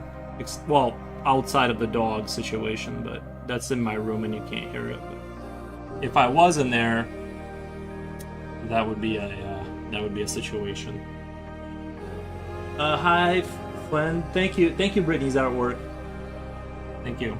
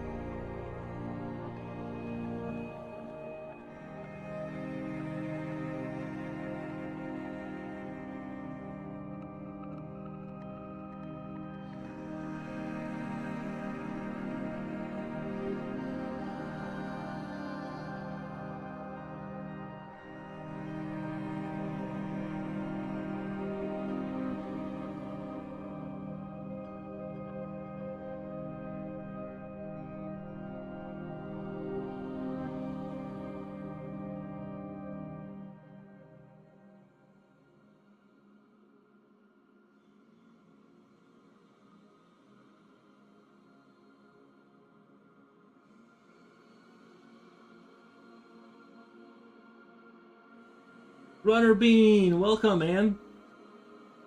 I see you added some yellow. Yeah, I wanted like hints of warmth, kind of like my soul. There's like it's just darkness, darkness, darkness, and then like just hints of light. And I like kind of wanted to like add that in there, right?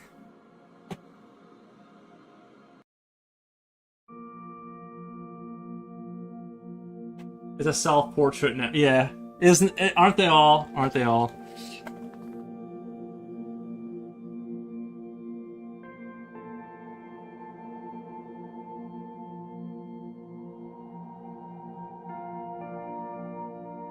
Just accents of warmth here and there. There's more light in that soul of yours than you think. Thank you. I appreciate that.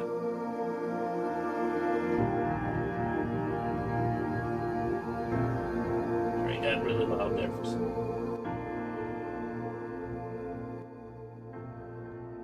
Try to keep music at a reasonable decibel.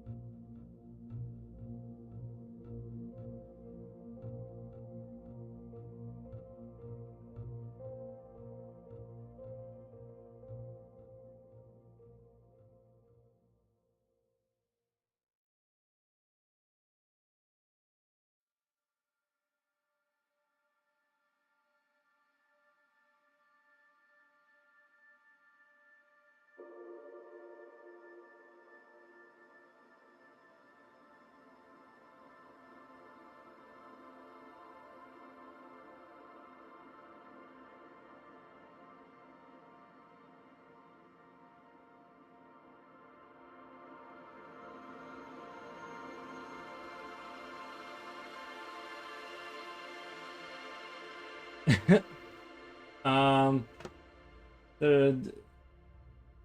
it's my favorite playlist. I wish I had more music like this, like ambient music, but that is music. It's not just a droning noise. Because there's a lot of that on YouTube, like that kind of droning noise that sounds good for 30 seconds, but then it's like, you know, this is like good ambient music. You know what I mean? Yep, Foros, keep it down. Watch your hearing, sir. I like 40 decibels myself. I have a whole collection I can share with you on Discord. Ah, please do. Yeah, please do. Because I think ambient music is like sort of the best for drawing, in my opinion. Sometimes other stuff, but mostly like I don't really want it to overshadow my like sort of thinking. But that is it. I think that coaster whatever. I forget what it's called. That one's like one of the better ones I've heard. In the Far Cry 5, it's a good one too.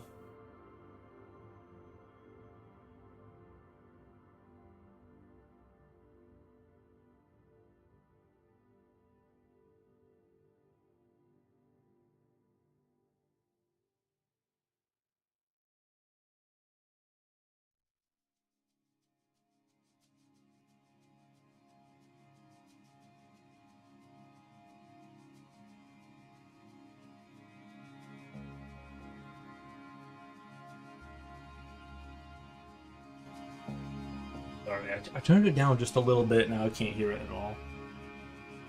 K-Shop, K-Smart shopping music is pretty nice too. It is. It is good. Because I listen to that, but I would listen to that more as a goof if I was like drawing the backrooms or something. But yeah, that one night it was good. I just it is kind of, it does have a repetitiveness to it that is all right. It's fine. That music is fine, but I wouldn't listen to it every stream, you know.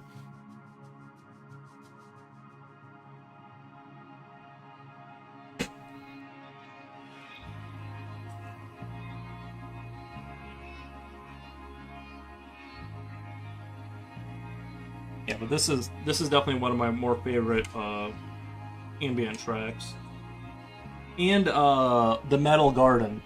The Metal Garden, that game has like awesome kind of like ethereal kind of, I don't know, abandoned world kind of vibe to it.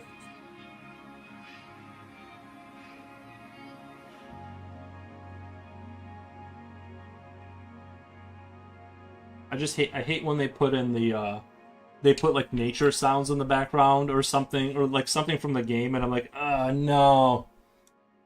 No, just let me listen to this. Like, I can put in like little bird sounds if I want.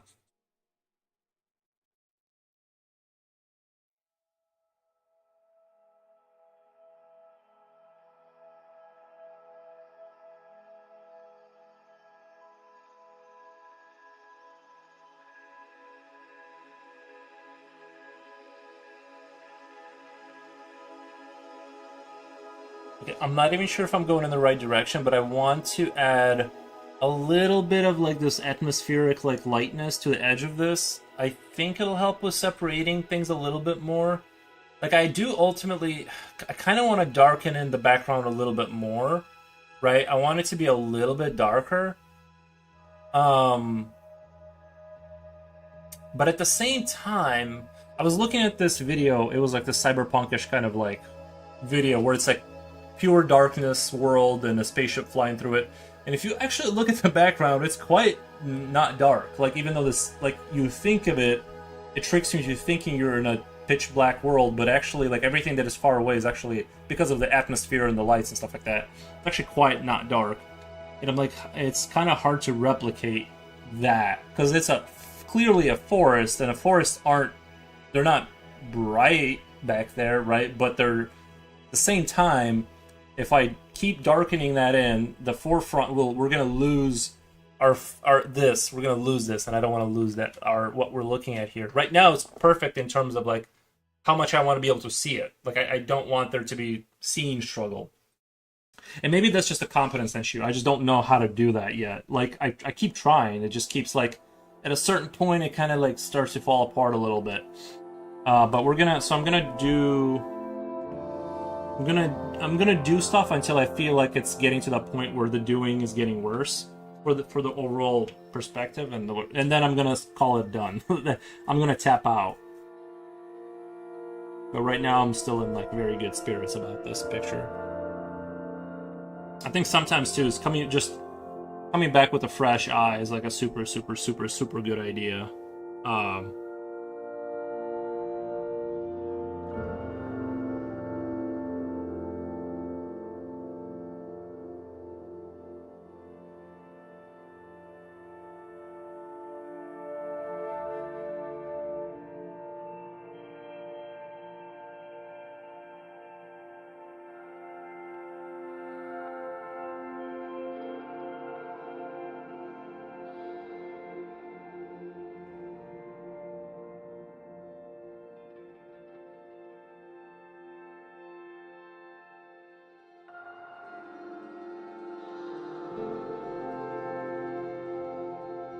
Because the thing is, too, or what I'm going to try and attempt to do, kind of, this is maybe fantasy, but I want to do sort of like, you know how if you look at skyscrapers that are like 4 miles away, they have a bluish tint to them because of the atmosphere and what particles between you and that building.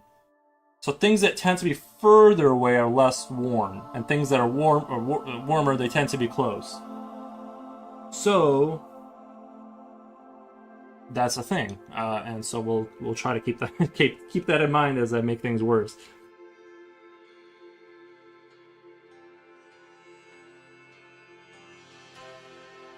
So I've heard. Well, I mean, I'm sure you've driven to Chicago, right?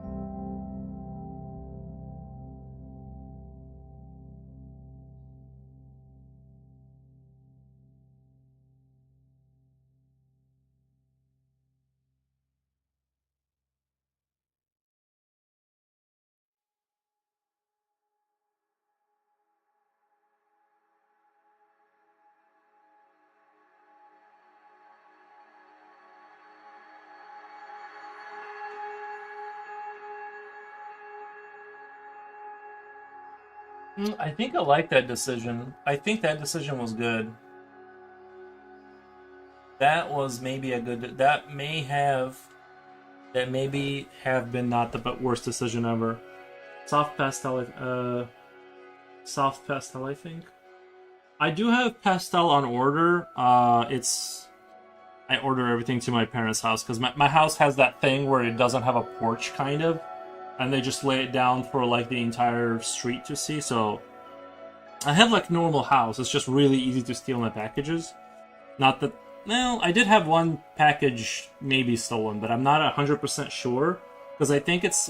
I have an issue too. Is like I have a house that's kind of close by that has the same like number. So sometimes my like things go over there. I don't think those people bother to bring it back. If I'm being honest. And the reason I know is because I've actually had their mail go to my mailbox and I physically brought it to them. Right, because that's like would be like the right thing to do. Because you would, but I think that they sometimes get stuff when they're like, well, you know what I mean, like, eh. So that's the other reason I don't order to my house is because I sometimes I'm afraid it'll go to their address if it's like a new person, and then I'm gonna end up they're just not gonna bring it to me. I can't exactly verify that they've ever done that, but I've had packages not come in, and I'm like, okay, well, either they got stolen, which possible, or they got it and they didn't bring it back. So I don't really know. I don't have any way to verify what happened.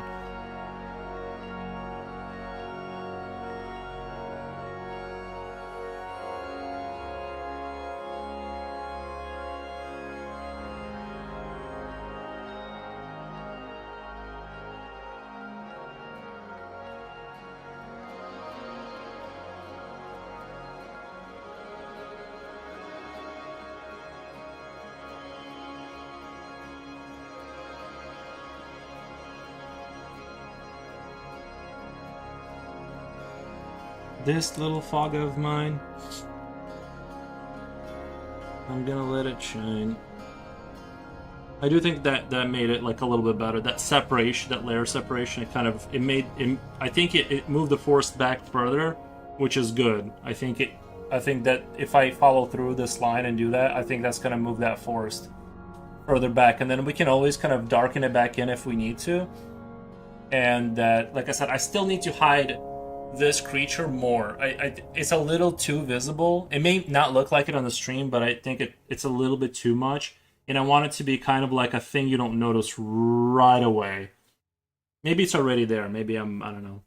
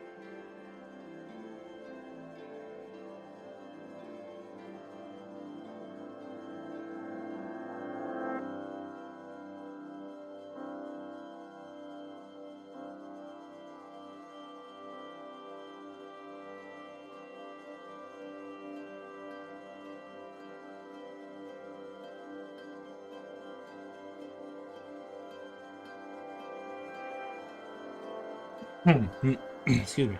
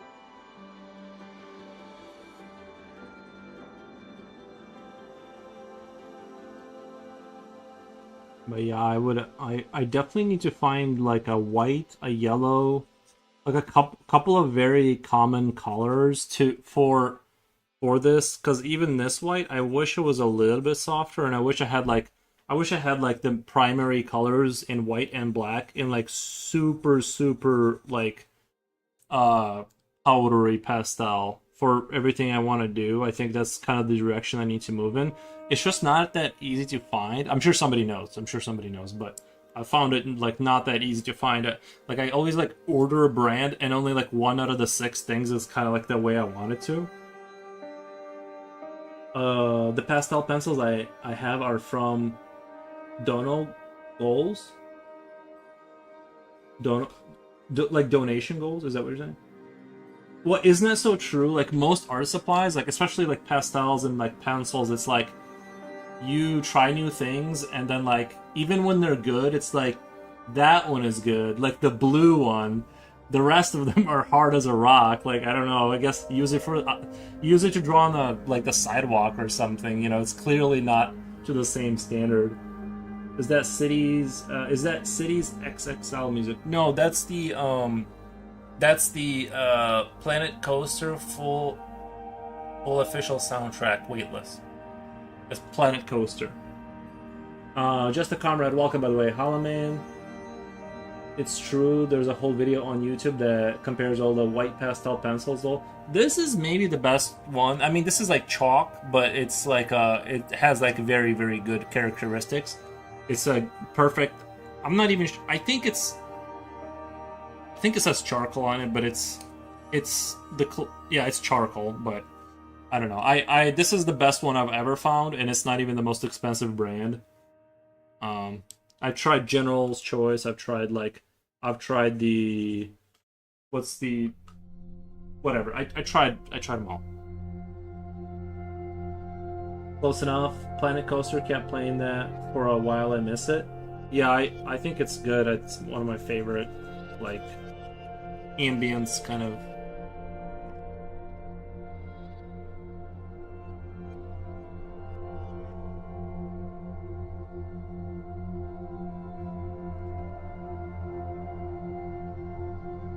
I noticed that I use Polychronos color pencils. Only some of them feel really good. Yeah.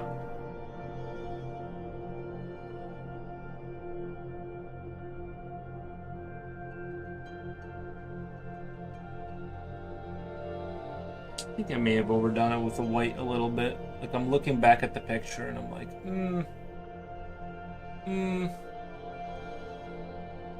maybe not. I don't know. Sometimes it's like things don't look the same to me, and the camera kind of has a tendency, especially on like miniature models when you paint, something will have a smooth gradient, like you went from dark something to light something, and then you put it in front of the camera and it's just like brush stroke. It just like, and so that white isn't coming through for me quite as harshly as it is on the camera. Like, it looks like there's a hard wall of white, and I can smooth that out too. I'm gonna smooth that out for sure, but yeah, that's one of those visual camera things where it just points out every flaw like times 100. What brand is it? I like the general one. I also like the new Stabilo has one. That's got to be like $30 a pop. Their stuff is expensive. The Stabilo. It's like this one is. I have another one here that is a fresh one where the name is still on there. It's called whatever this is. Hold on. I can't. Let me do. I gotta get it out of the light. Whatever that says, I can't translate that. Oops, sorry.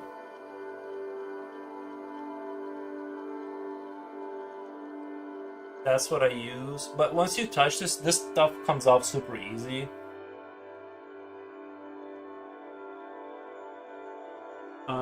Brush Earth. Something like that, right?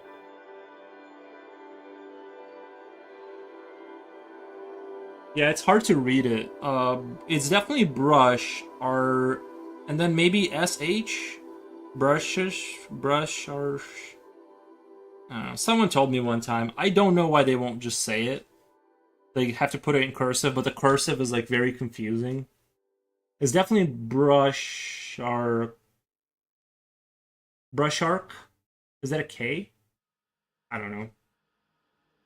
Brush arc. Yeah. I have a set of Pit Pastels and Karen D. Ach. That sounds fancy. Karen D. Ach.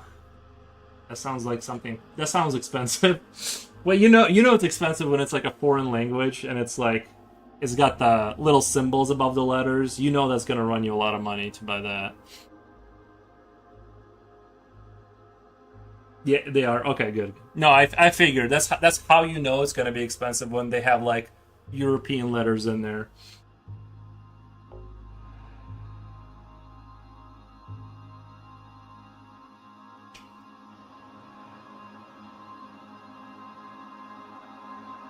That way you already know what you're in for.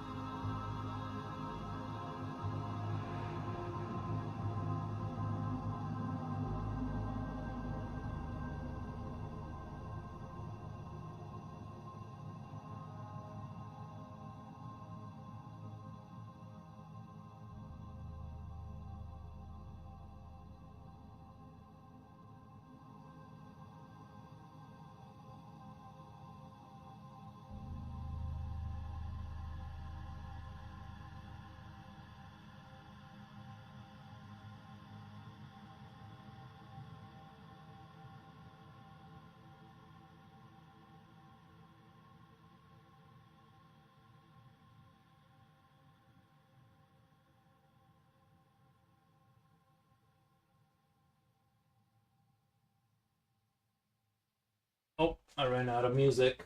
I need another quarter, guys. I need a quarter. The other ambient one I really like is the Metal Garden. Metal Garden. Um,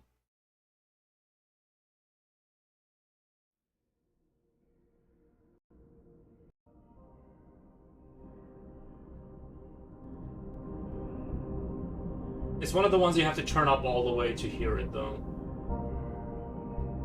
Yes, let me go take a sip of water. It's hot in here, and I'm gonna let me go hydrate myself really quick because it's pretty hot in here. Okay. I'll be right back.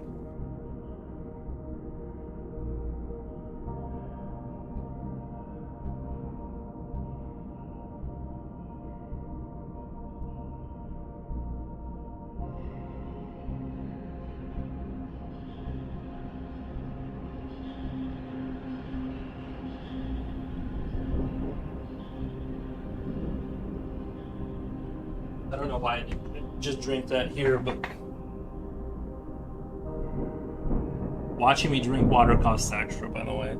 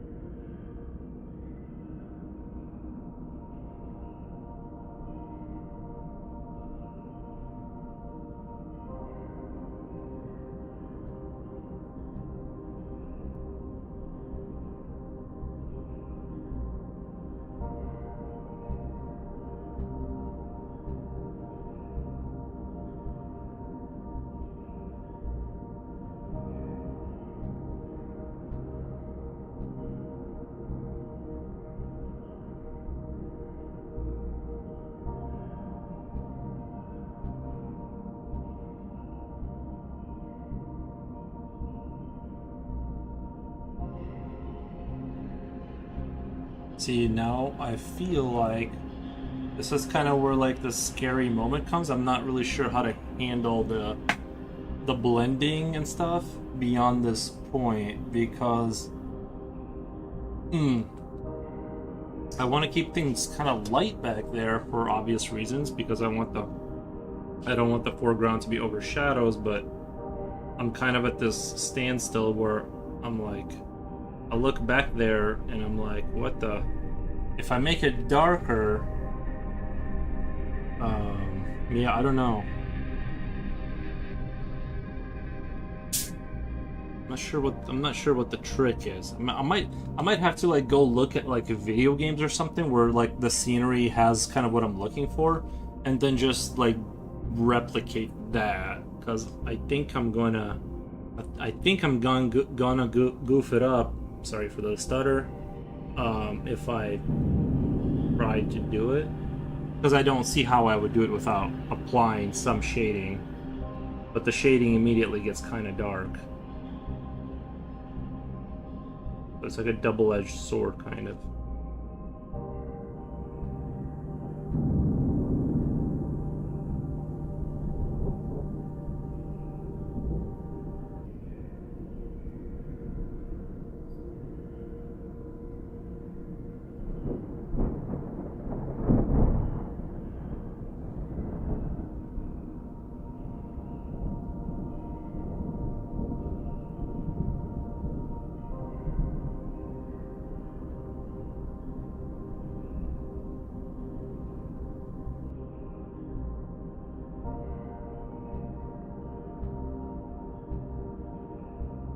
Sorry, I had to run to the kitchen. My time went off.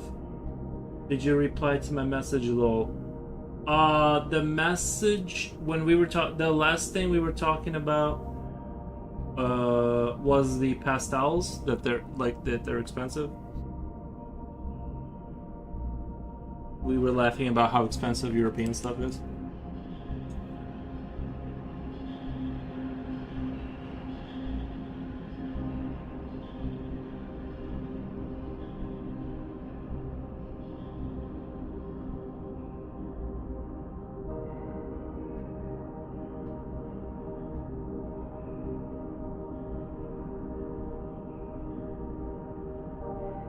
I was wondering if you replied to my message about how I'm using brushes to blend and it's working. If you replied about I'm using... Just a fun fact. Oh, you use brushes to blend? Yeah, I've been doing that for a little bit and it works really well, I think, for what I'm trying to achieve. So yeah, I've been blending. I've heard arguments against blending, and yeah, I don't know. I've heard like it's not. Yeah, I don't know. I think blending is like super awesome. I don't know if you remember we were talking about the other day, and I was saying it wasn't working for me. It's working now that I'm using this other. Oh, okay, I got you. Yeah. I see what you're saying. Yeah, there's a lot of elements that have to come together for something to work, and you know, you look at an artist and they got like a look to their art, and it's like, how do you achieve that? And it's not that easy or obvious because sometimes it's the paper, sometimes it's the style, sometimes it's, you know, how they do it. So it's kind of like there's a lot of like little things to kind of connect the dots with.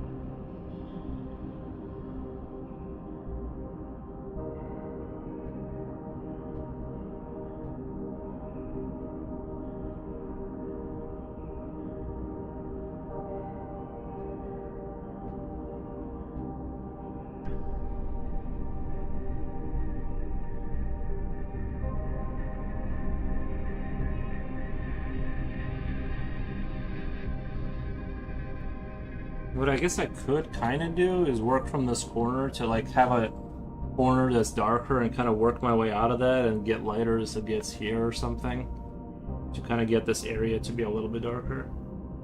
I've not been able to find a consistent style so far. I don't draw regularly enough. Yeah, it can shift around. I mean, mine still shifts around quite a bit, I feel like. I know maybe it doesn't seem like it from afar, but I feel like it does shift around quite a bit. And I guess it's a good and a bad thing, right? Because you do want to like venture into, I just very incrementally try this and that, and if I like where it's going, I keep pushing that angle, and if I don't, I don't. But yeah, that's a tough one. The whole, that's a tough kind of a cookie to crack. But I don't mind having a style that I think shifts around a little bit here, you know.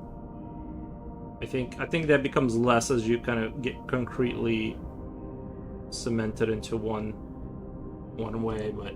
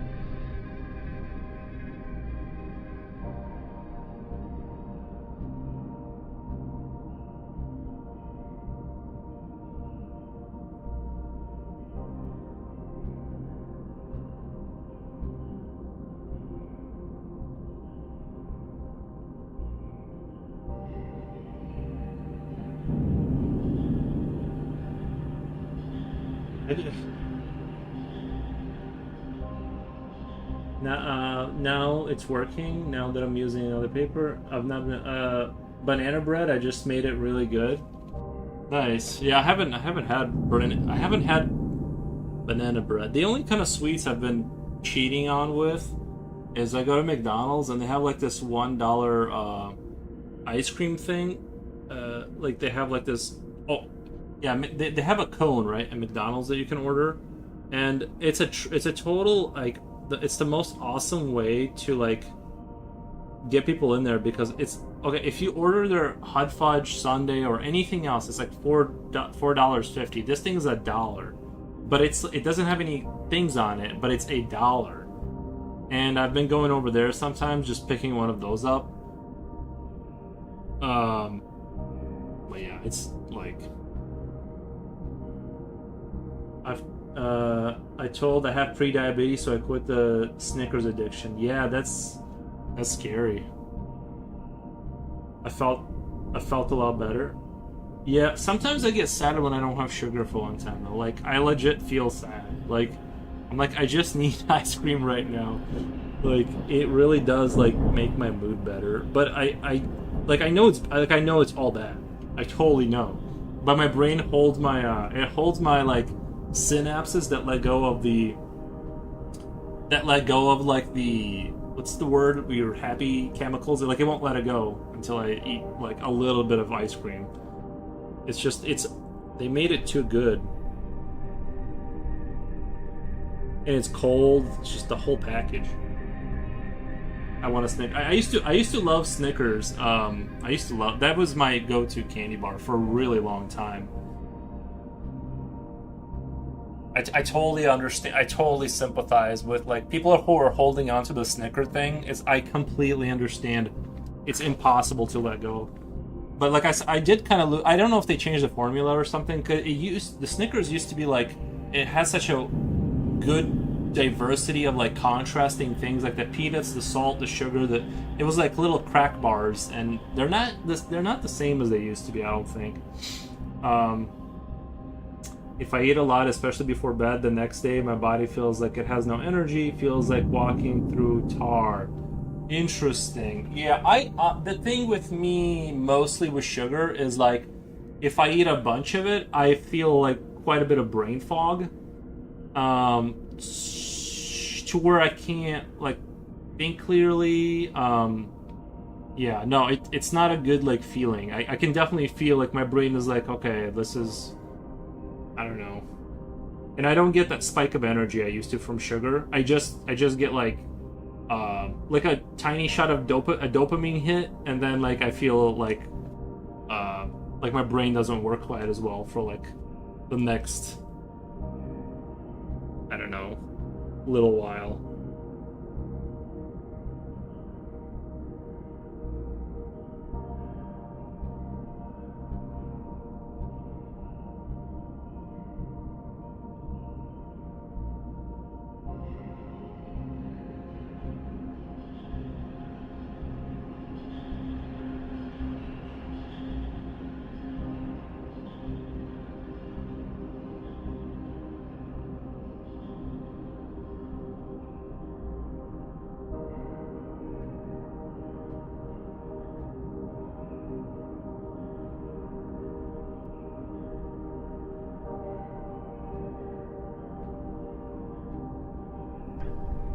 I've made ice cream before. You've made ice cream? Like you had a turner, you like turned ice and stuff? Or because I know like a lot of the ice creams nowadays, they're not real ice cream anymore, which is why they're forced to legally, that's why they won't say ice cream on the box. It'll say like frozen treat, because like legally they have to phrase it that way, because there's no milk or anything that makes it legally ice cream. But like when you say you made ice cream, does that mean like was there turning involved? Because I feel like there has to be. Like, I need to go to bed. Night, Mr. Flowers. All right, Runner Bean, hit me up with the ambient music. I'm super curious. But thank you so much for sticking around.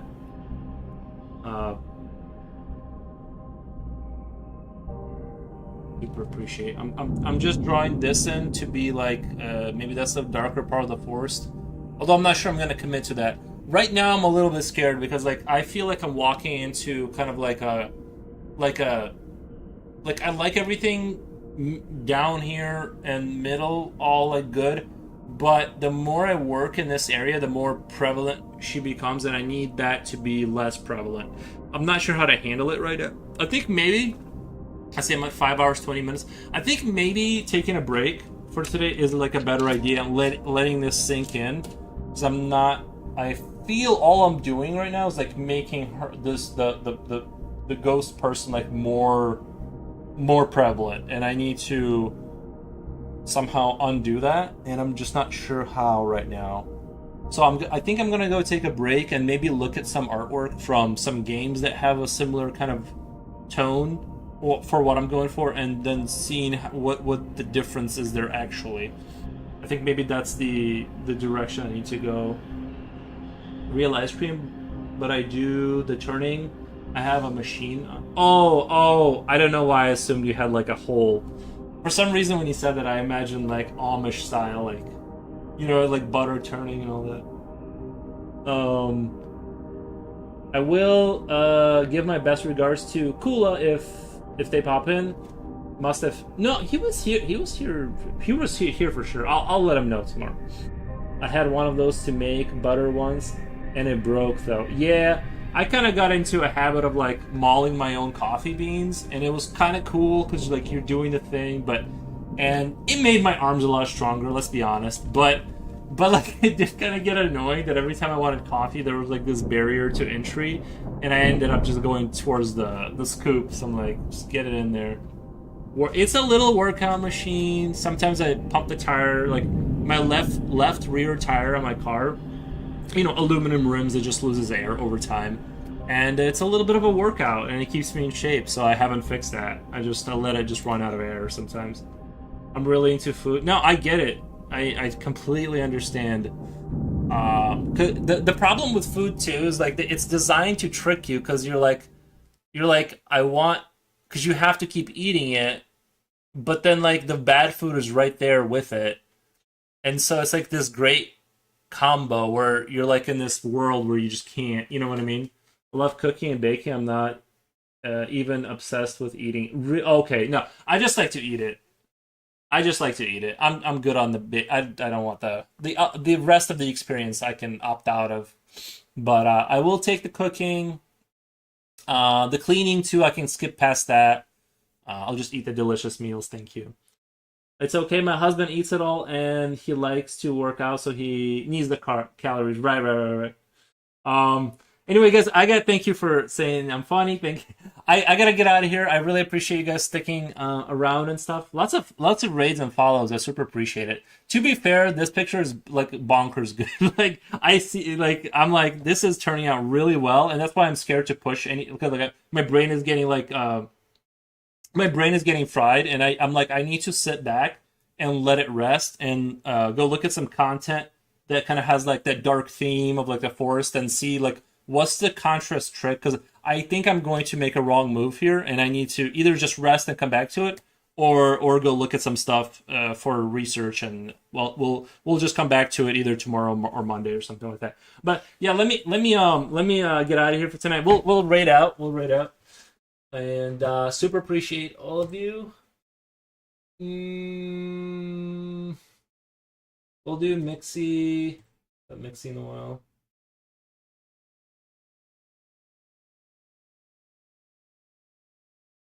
All right, thank you guys. Bye. It won't let me raid now. Okay, bye.